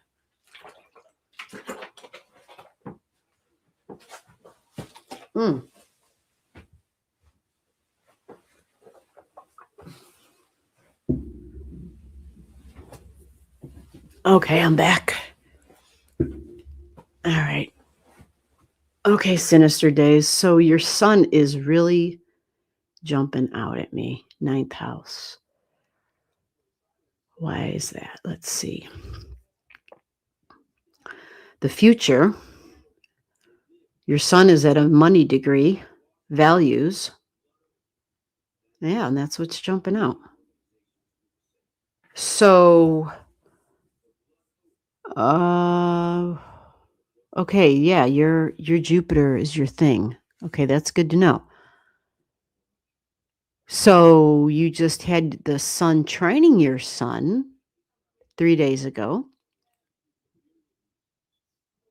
probably a few days before. Might have been tricky though, because you also have Chiron trining your sun exactly right now. Maybe that's what this is about. Values, self-worth, maybe, possibly. Chiron talks about wounds. Let me see your natal Chiron. Oh shit. Okay. Yeah. All right. It's all connected. Look at that. Chiron, values, love, money, self-worth in the first house in Taurus. Okay. So that kind of energy tells us that our values are there's so many things as who we are as people, where we bring value, where we are valuable and we bring value to the table. And a lot of the beautiful things about Taurus energy is its ability to be it really takes care of people that it cares about. Like and it does a good job. It can be quite protective even, especially since you have a Taurus moon. And we know all the keywords for Taurus, right?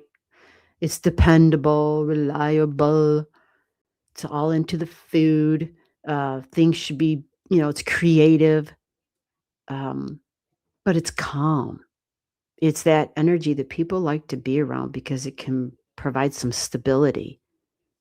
And man, do people need and want stability right now, because everything is, yeah, it's just chaotic times. Chaotic times. So your Chiron in general, and I don't know if I've ever spent time on this with you, but it just talks about values and experiencing, because it's a wound there. And it's this is just out of the software. I don't know you, so I don't want you to feel like I'm pointing a finger at you. It talks about a lack of self-worth. And sometimes people overcompensate for that, like, money and possessions, or needing to buy things to feel good. Like a Taurus moon might be that too. I can totally relate. And I'm really not a collector of things. I'm really kind of a minimalist actually, but I do notice that when I make a purchase, I notice the feel that it gives me, and I'm like, "Holy shit." I'm like, I'm really fortunate. I'm not like you know, I'm not like I gotta have these, shoes and purse and, I'm not like that at all, thank God. Very earthy energy. So there's a lot of ways, that we may find, um to nurture ourselves. And this is saying that with a wound there, people tend to do it with money and possessions. And it also speaks to a possibility of detrusting, is that even a freaking word? Mistrusting our own body. Like there's a distrust about our body, or feeling that our body might not even be beautiful, because beauty is big with Taurus energy. It's really big. And all I know is that beauty is such a surface thing and a very subjective thing. And so many times, especially having it in your first house, um, there just might be a physical, a mental, an emotional, um, area of your life in terms of appearance, in terms of that your own appearance or your idea of love and beauty and self-worth all being connected. And so yeah, there might be just work you need to do for yourself. And maybe you've already done it. Maybe this is water under the bridge and you've already gone through this. But just know that in your chart, having your sun also at 26 is also another emphasis on love and values and money. And am I valuable? Because my sun is me, how I stand out. And publishing, ninth house, right? Being the teacher, the preacher, the sage, even. Um, yeah, very, very like a spiritual energy, but my freedom, my independence being really important, and valuing all these things, and just different belief systems, and being able to have the ability to explore all of that and possibly publish different philosophies on life. You follow? And like, who doesn't want to make money off of those things? So if we're not able to do that, then it would really go ahead and trigger these old wounds. So just understand there's a lot of deep connections, like one thing is connected to the other. And it doesn't help that this freaking Chiron right here is trining. And some people would say, but it's trine, so it should be good. Well, sure, it can be good. Like you might be able to be talking and teaching and preaching about wounds, right? And how you've taken the wounds that you've had and you've elevated them, how you've processed them, and how you've come out on the other side, right? Like that's usually like what people end up doing with that energy if they're conscious and working on it. So you may already be there, and I might be telling you something you don't even know, right? Or I might be telling you something you already know. But the other thing is that Venus at 29, because that is also that Venus at 29 in the shared values and partnerships. Again, this can be business partnerships. That Venus rules this Taurus energy over here. So she's got a lot to do with your moon and your Chiron that's there and those wounds. And you have a Venus, we got Venus in Taurus right now, and the freaking moon is here. Look at this, guys. It's a big Taurus energy night, right? A lot of Tauruses that came here tonight. We got Venus and the moon together, conjunct. And I want to tell you, you have this point right here that's called Hygeia. And she gives us a health report card. Yours is in Taurus and it's at 24 degrees. So this can be publishing and creating. This can be entertainment. This is behind the scenes energy. And this talks about health being important to you because it's in your first house. So your body being important to you as well. There may have been childhood illnesses. There could have been things that you just went through in childhood where you were made hyper aware possibly of health in general.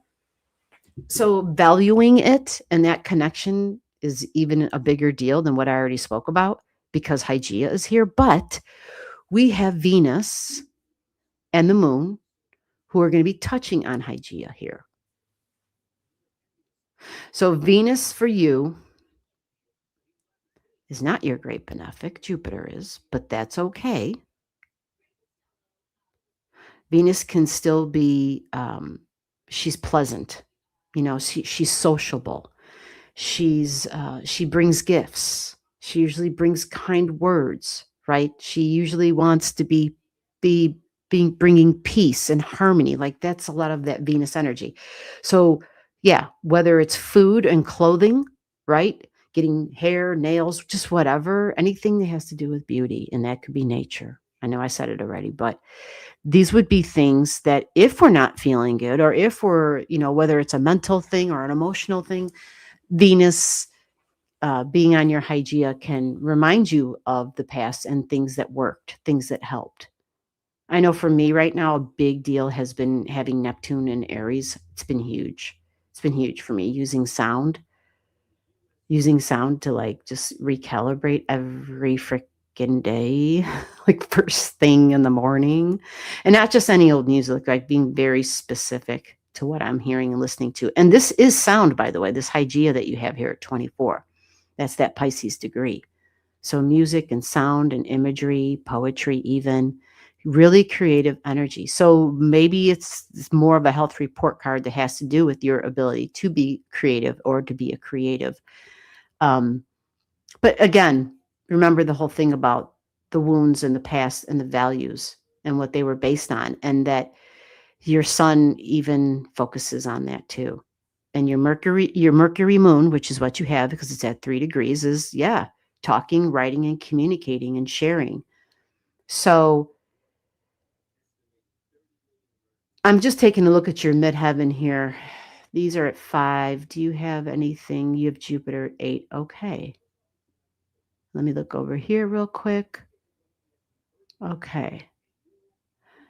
So I don't know if this is the case, but if it is, if there's something that's not moving along as fast as you would like for it to move, like it's dragging its feet, this Pluto, it's going to be a minute. This Pluto begins a retrograde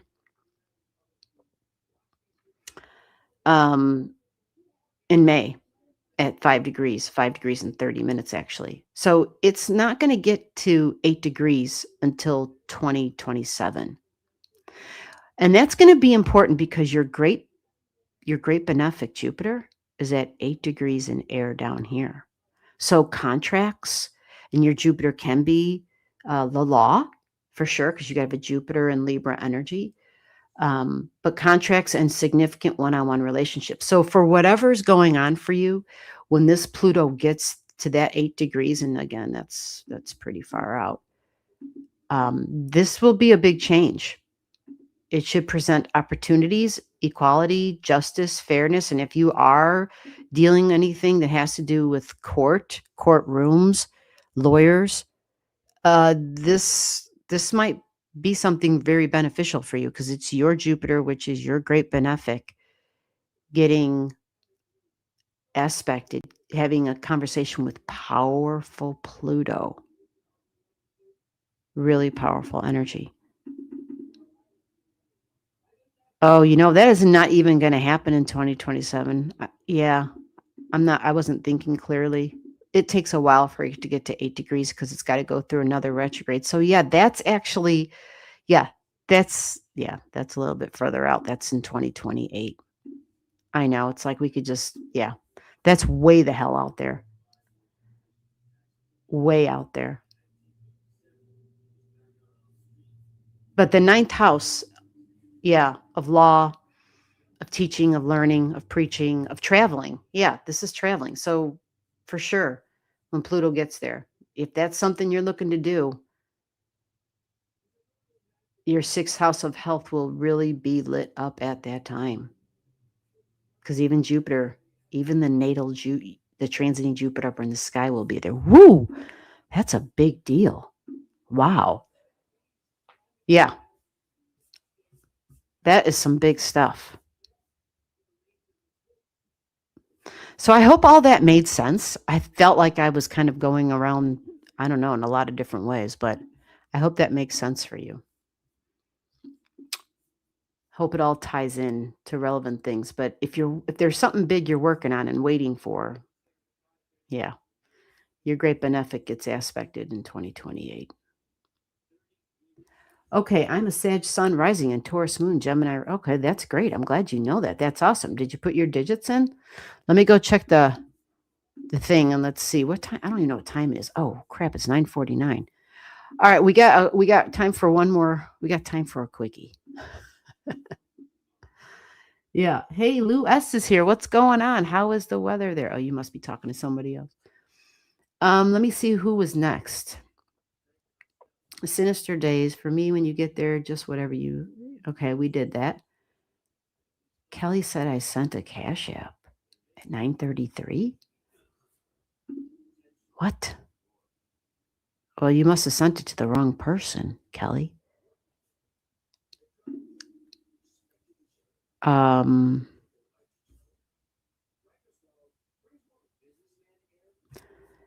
Yeah.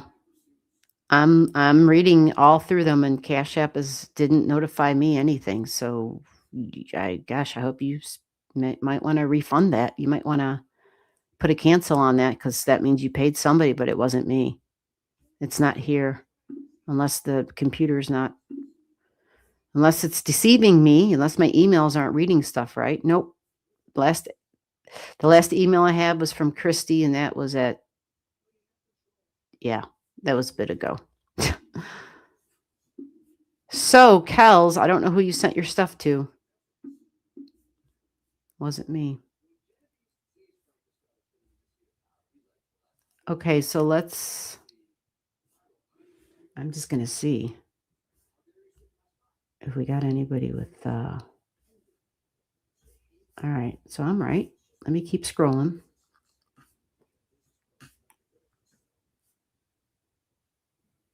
The East Chicago one. Is that one person still here? That was the last thing I talked about before I started doing that reading. That would be Sybil. Is Sybil still here?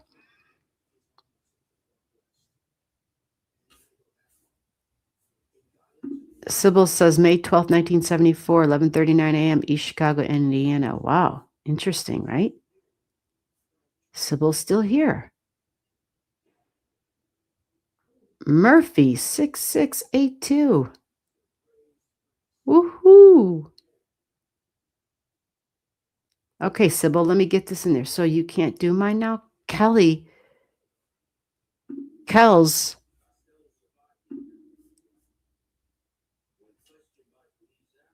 Yeah, Kells, I did call your name before I read the other chart, and you didn't show up in the chat.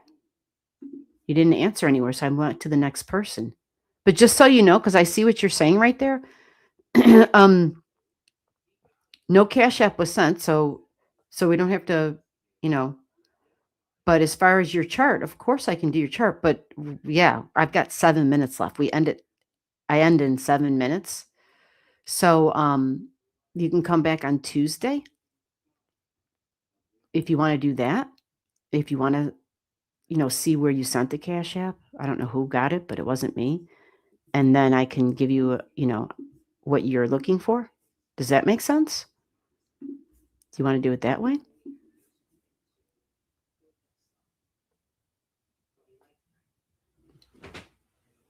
Yeah, it's okay. I just, I know things can get confusing, but I try to do the best I can with all that we got going on here. So Mark Williams sent stuff. I didn't Mark Williams. So where are you at, Mark Williams? Well, we've got oh, yeah, we got to have it all. Where did the Sybils go? She had all of it together, which yeah, when you have it all together like that, that makes it faster. And yeah, you just got to have it all packaged together. And if I don't get to you tonight, come back on Tuesday. Next Saturday.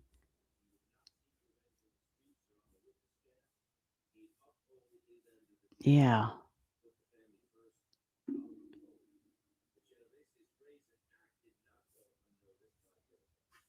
Yeah, isn't that the last Saturday of the month? I think the next Saturday is the private lives.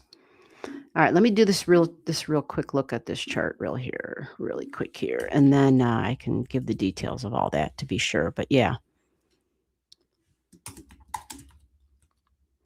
time and dates. I'm really like as far as is next Saturday the private lives. Like my brain is like, okay, is it 1974? Very good.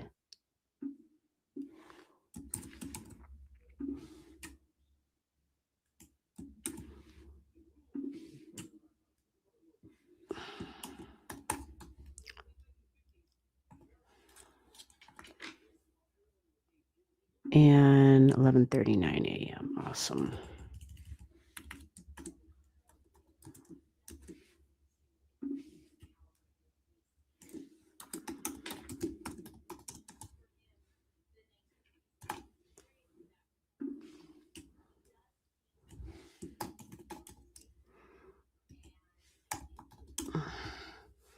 Are you still in East Chicago, Sybil? East Chicago was not. The hell did I spell this shit wrong? I did. I'm like, don't tell me these places don't exist when I know they exist. Come on now. I had it spelled wrong. Okay, have you seen your chart before? This is what I have. If I could just get that on here. Yeah.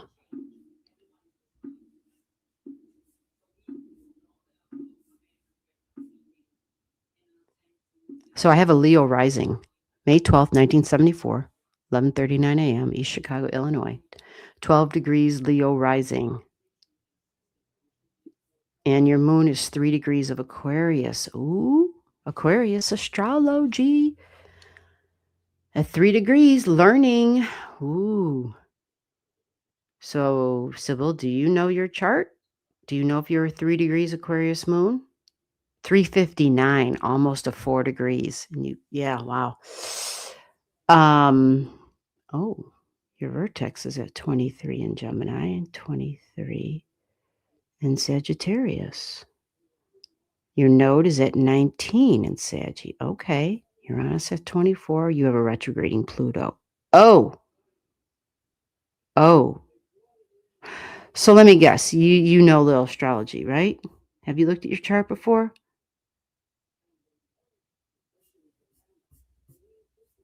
No. Okay. Well, it might be time to start.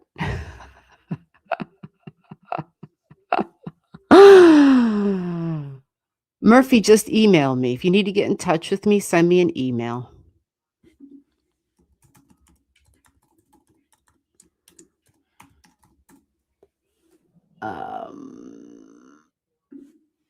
Yeah, I'll just put it in the chat. I mean, it's in the chat a couple of times already, but okay. So I see no. Okay, no, yes. So, um, are the no's no, and then a yes? Does that mean you've never seen your chart before?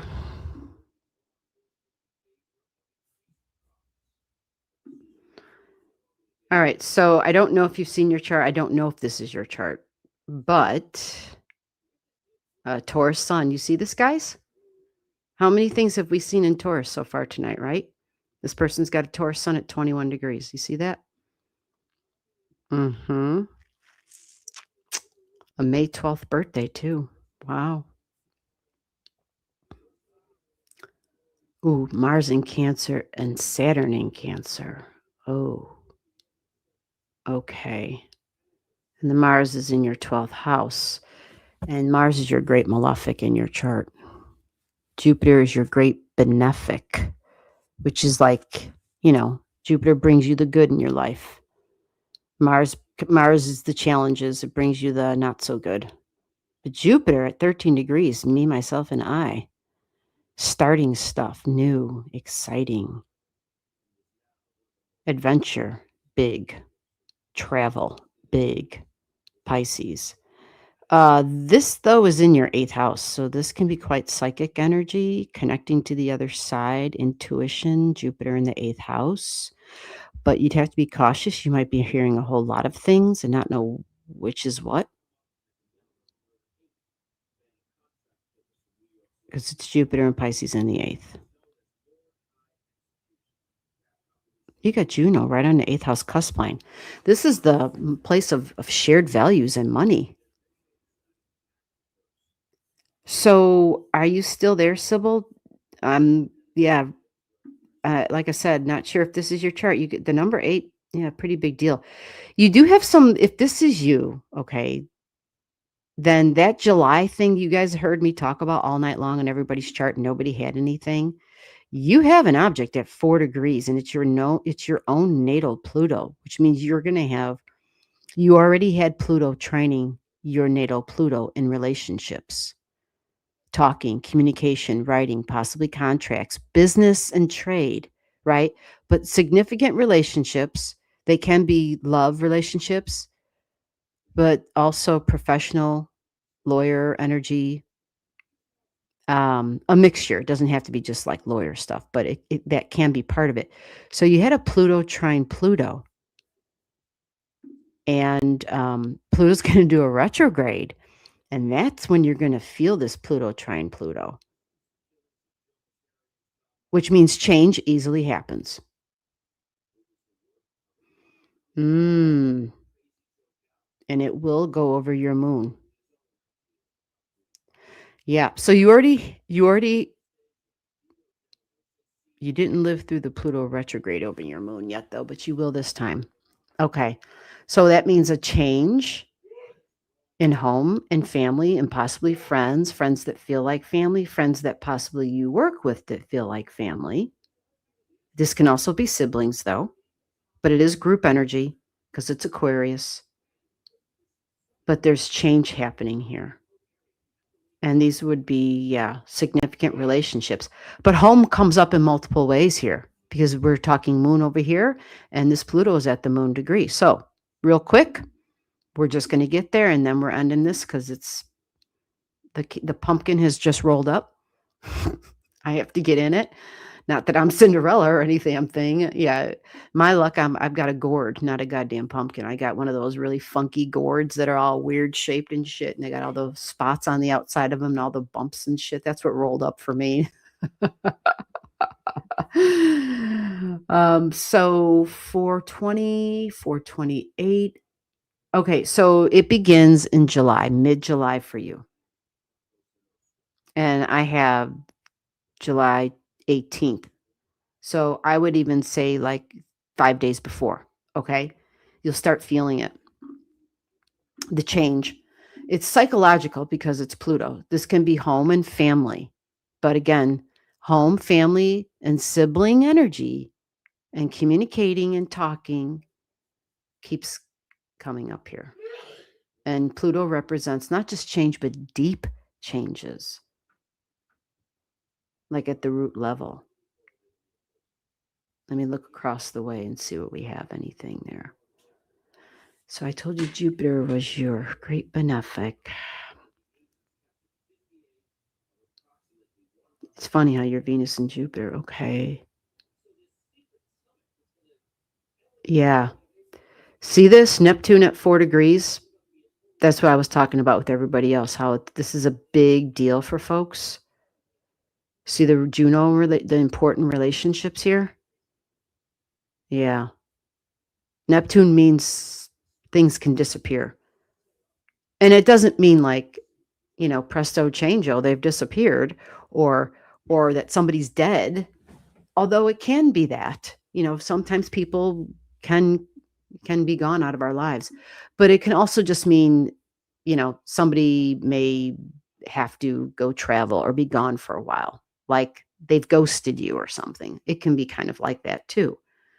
Again, it has to do same thing, home and family, history in the past, significant one-on-one relationships. But again, in the house of significant partnerships, business as well. Okay. So you have a lot of change, and you have Neptune and Pluto that are significantly aspecting your natal Pluto.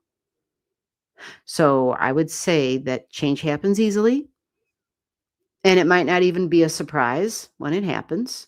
There might even be a little bit of, you've kind of expected it, even though, even if you didn't have this reading. But look, everything's at 4 that I've talked about. Look where Jupiter is, your great benefic. Especially, Jupiter's not a super fast mover. So it sits at the 4 degrees. It's got like, I think a week. So there it's already at 2 degrees. And there it's at 4. But the 4 is important. This is your great benefic, and it sends a beneficial sextile to the relationship energy, to your Pluto energy, communications, sales. So I don't know, like, if you do speaking or teaching or selling for work, anything with contractual energy, even Uranus up in the sky is at 4 degrees at this time. It's like a big Merkaba energy that travels around the chart. And so things just like change happens fast when we have this kind of energy. So I'm trying to see if you have anything at 4 degrees up there in Gemini. What do you got in Saggy? Nothing. Okay. So that's just going to bring a sextile. But the Mercury's going to, it's retrograding over your Mars energy. All right. I don't know if you're planning on moving house, changing siblings, partnerships, but change is on the menu for you. So again, mid-July, and Jupiter will be hanging around to provide. Jupiter can provide protection, and it's there with you till the 22nd of July.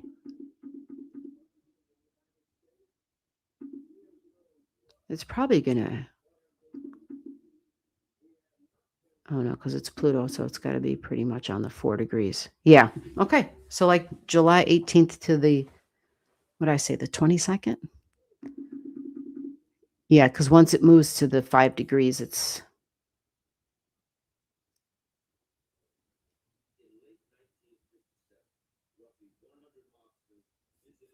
okay. So beliefs about the future comes up. Might have something to do, possibly, if it's not specifically. Yeah, I don't want to speak without looking further, but just expect some big stuff. And even if it's not to the degree where you're seeing physical changes, I think it's really just more focused on people changes, even if it's just the way you communicate or way they're communicating with you, because things are retrograding, which means they're going to go forward, then they're going to go backwards yet again. So home and family and sibling energy is strong. And when I say home, that can be mom, that can be property. That's all part of this. All right.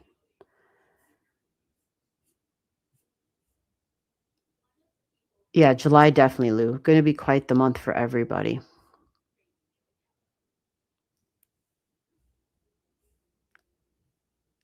Yeah, quite the month for everybody.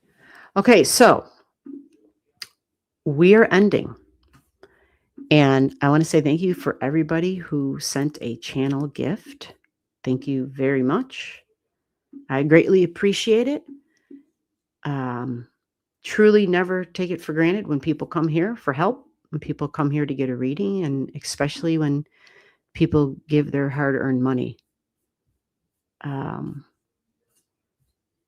What I do here, I take very seriously.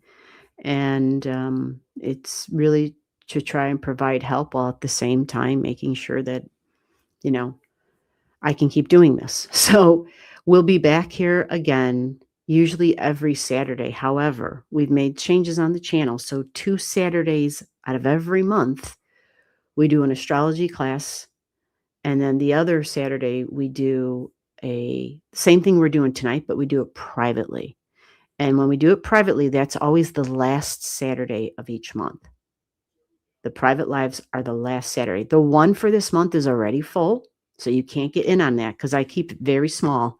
It's very intimate, very private. It's very small. So if you want to do something like that, if you're interested in something like that, send me an email, okay? So that you can get in on it because, again, I keep them limited seating is available on those. All right. And then the second Saturday of every month, we do astro class. That's what we do. So I've been trying to do Tuesdays. I don't know why Tuesdays. They just seem to work out. Tuesdays, I throw in an extra live stream too because I just haven't been able to reach everybody. This way, more people can get their chart looked at. All right. So that's it. I think we're done. You got questions? Send me an email right there. Allastrology. Pay attention to the spelling. It's not spelled the same as it is on the channel. You see, it's EE at the end instead of a Y. So sometimes I think people send the email to the wrong address, but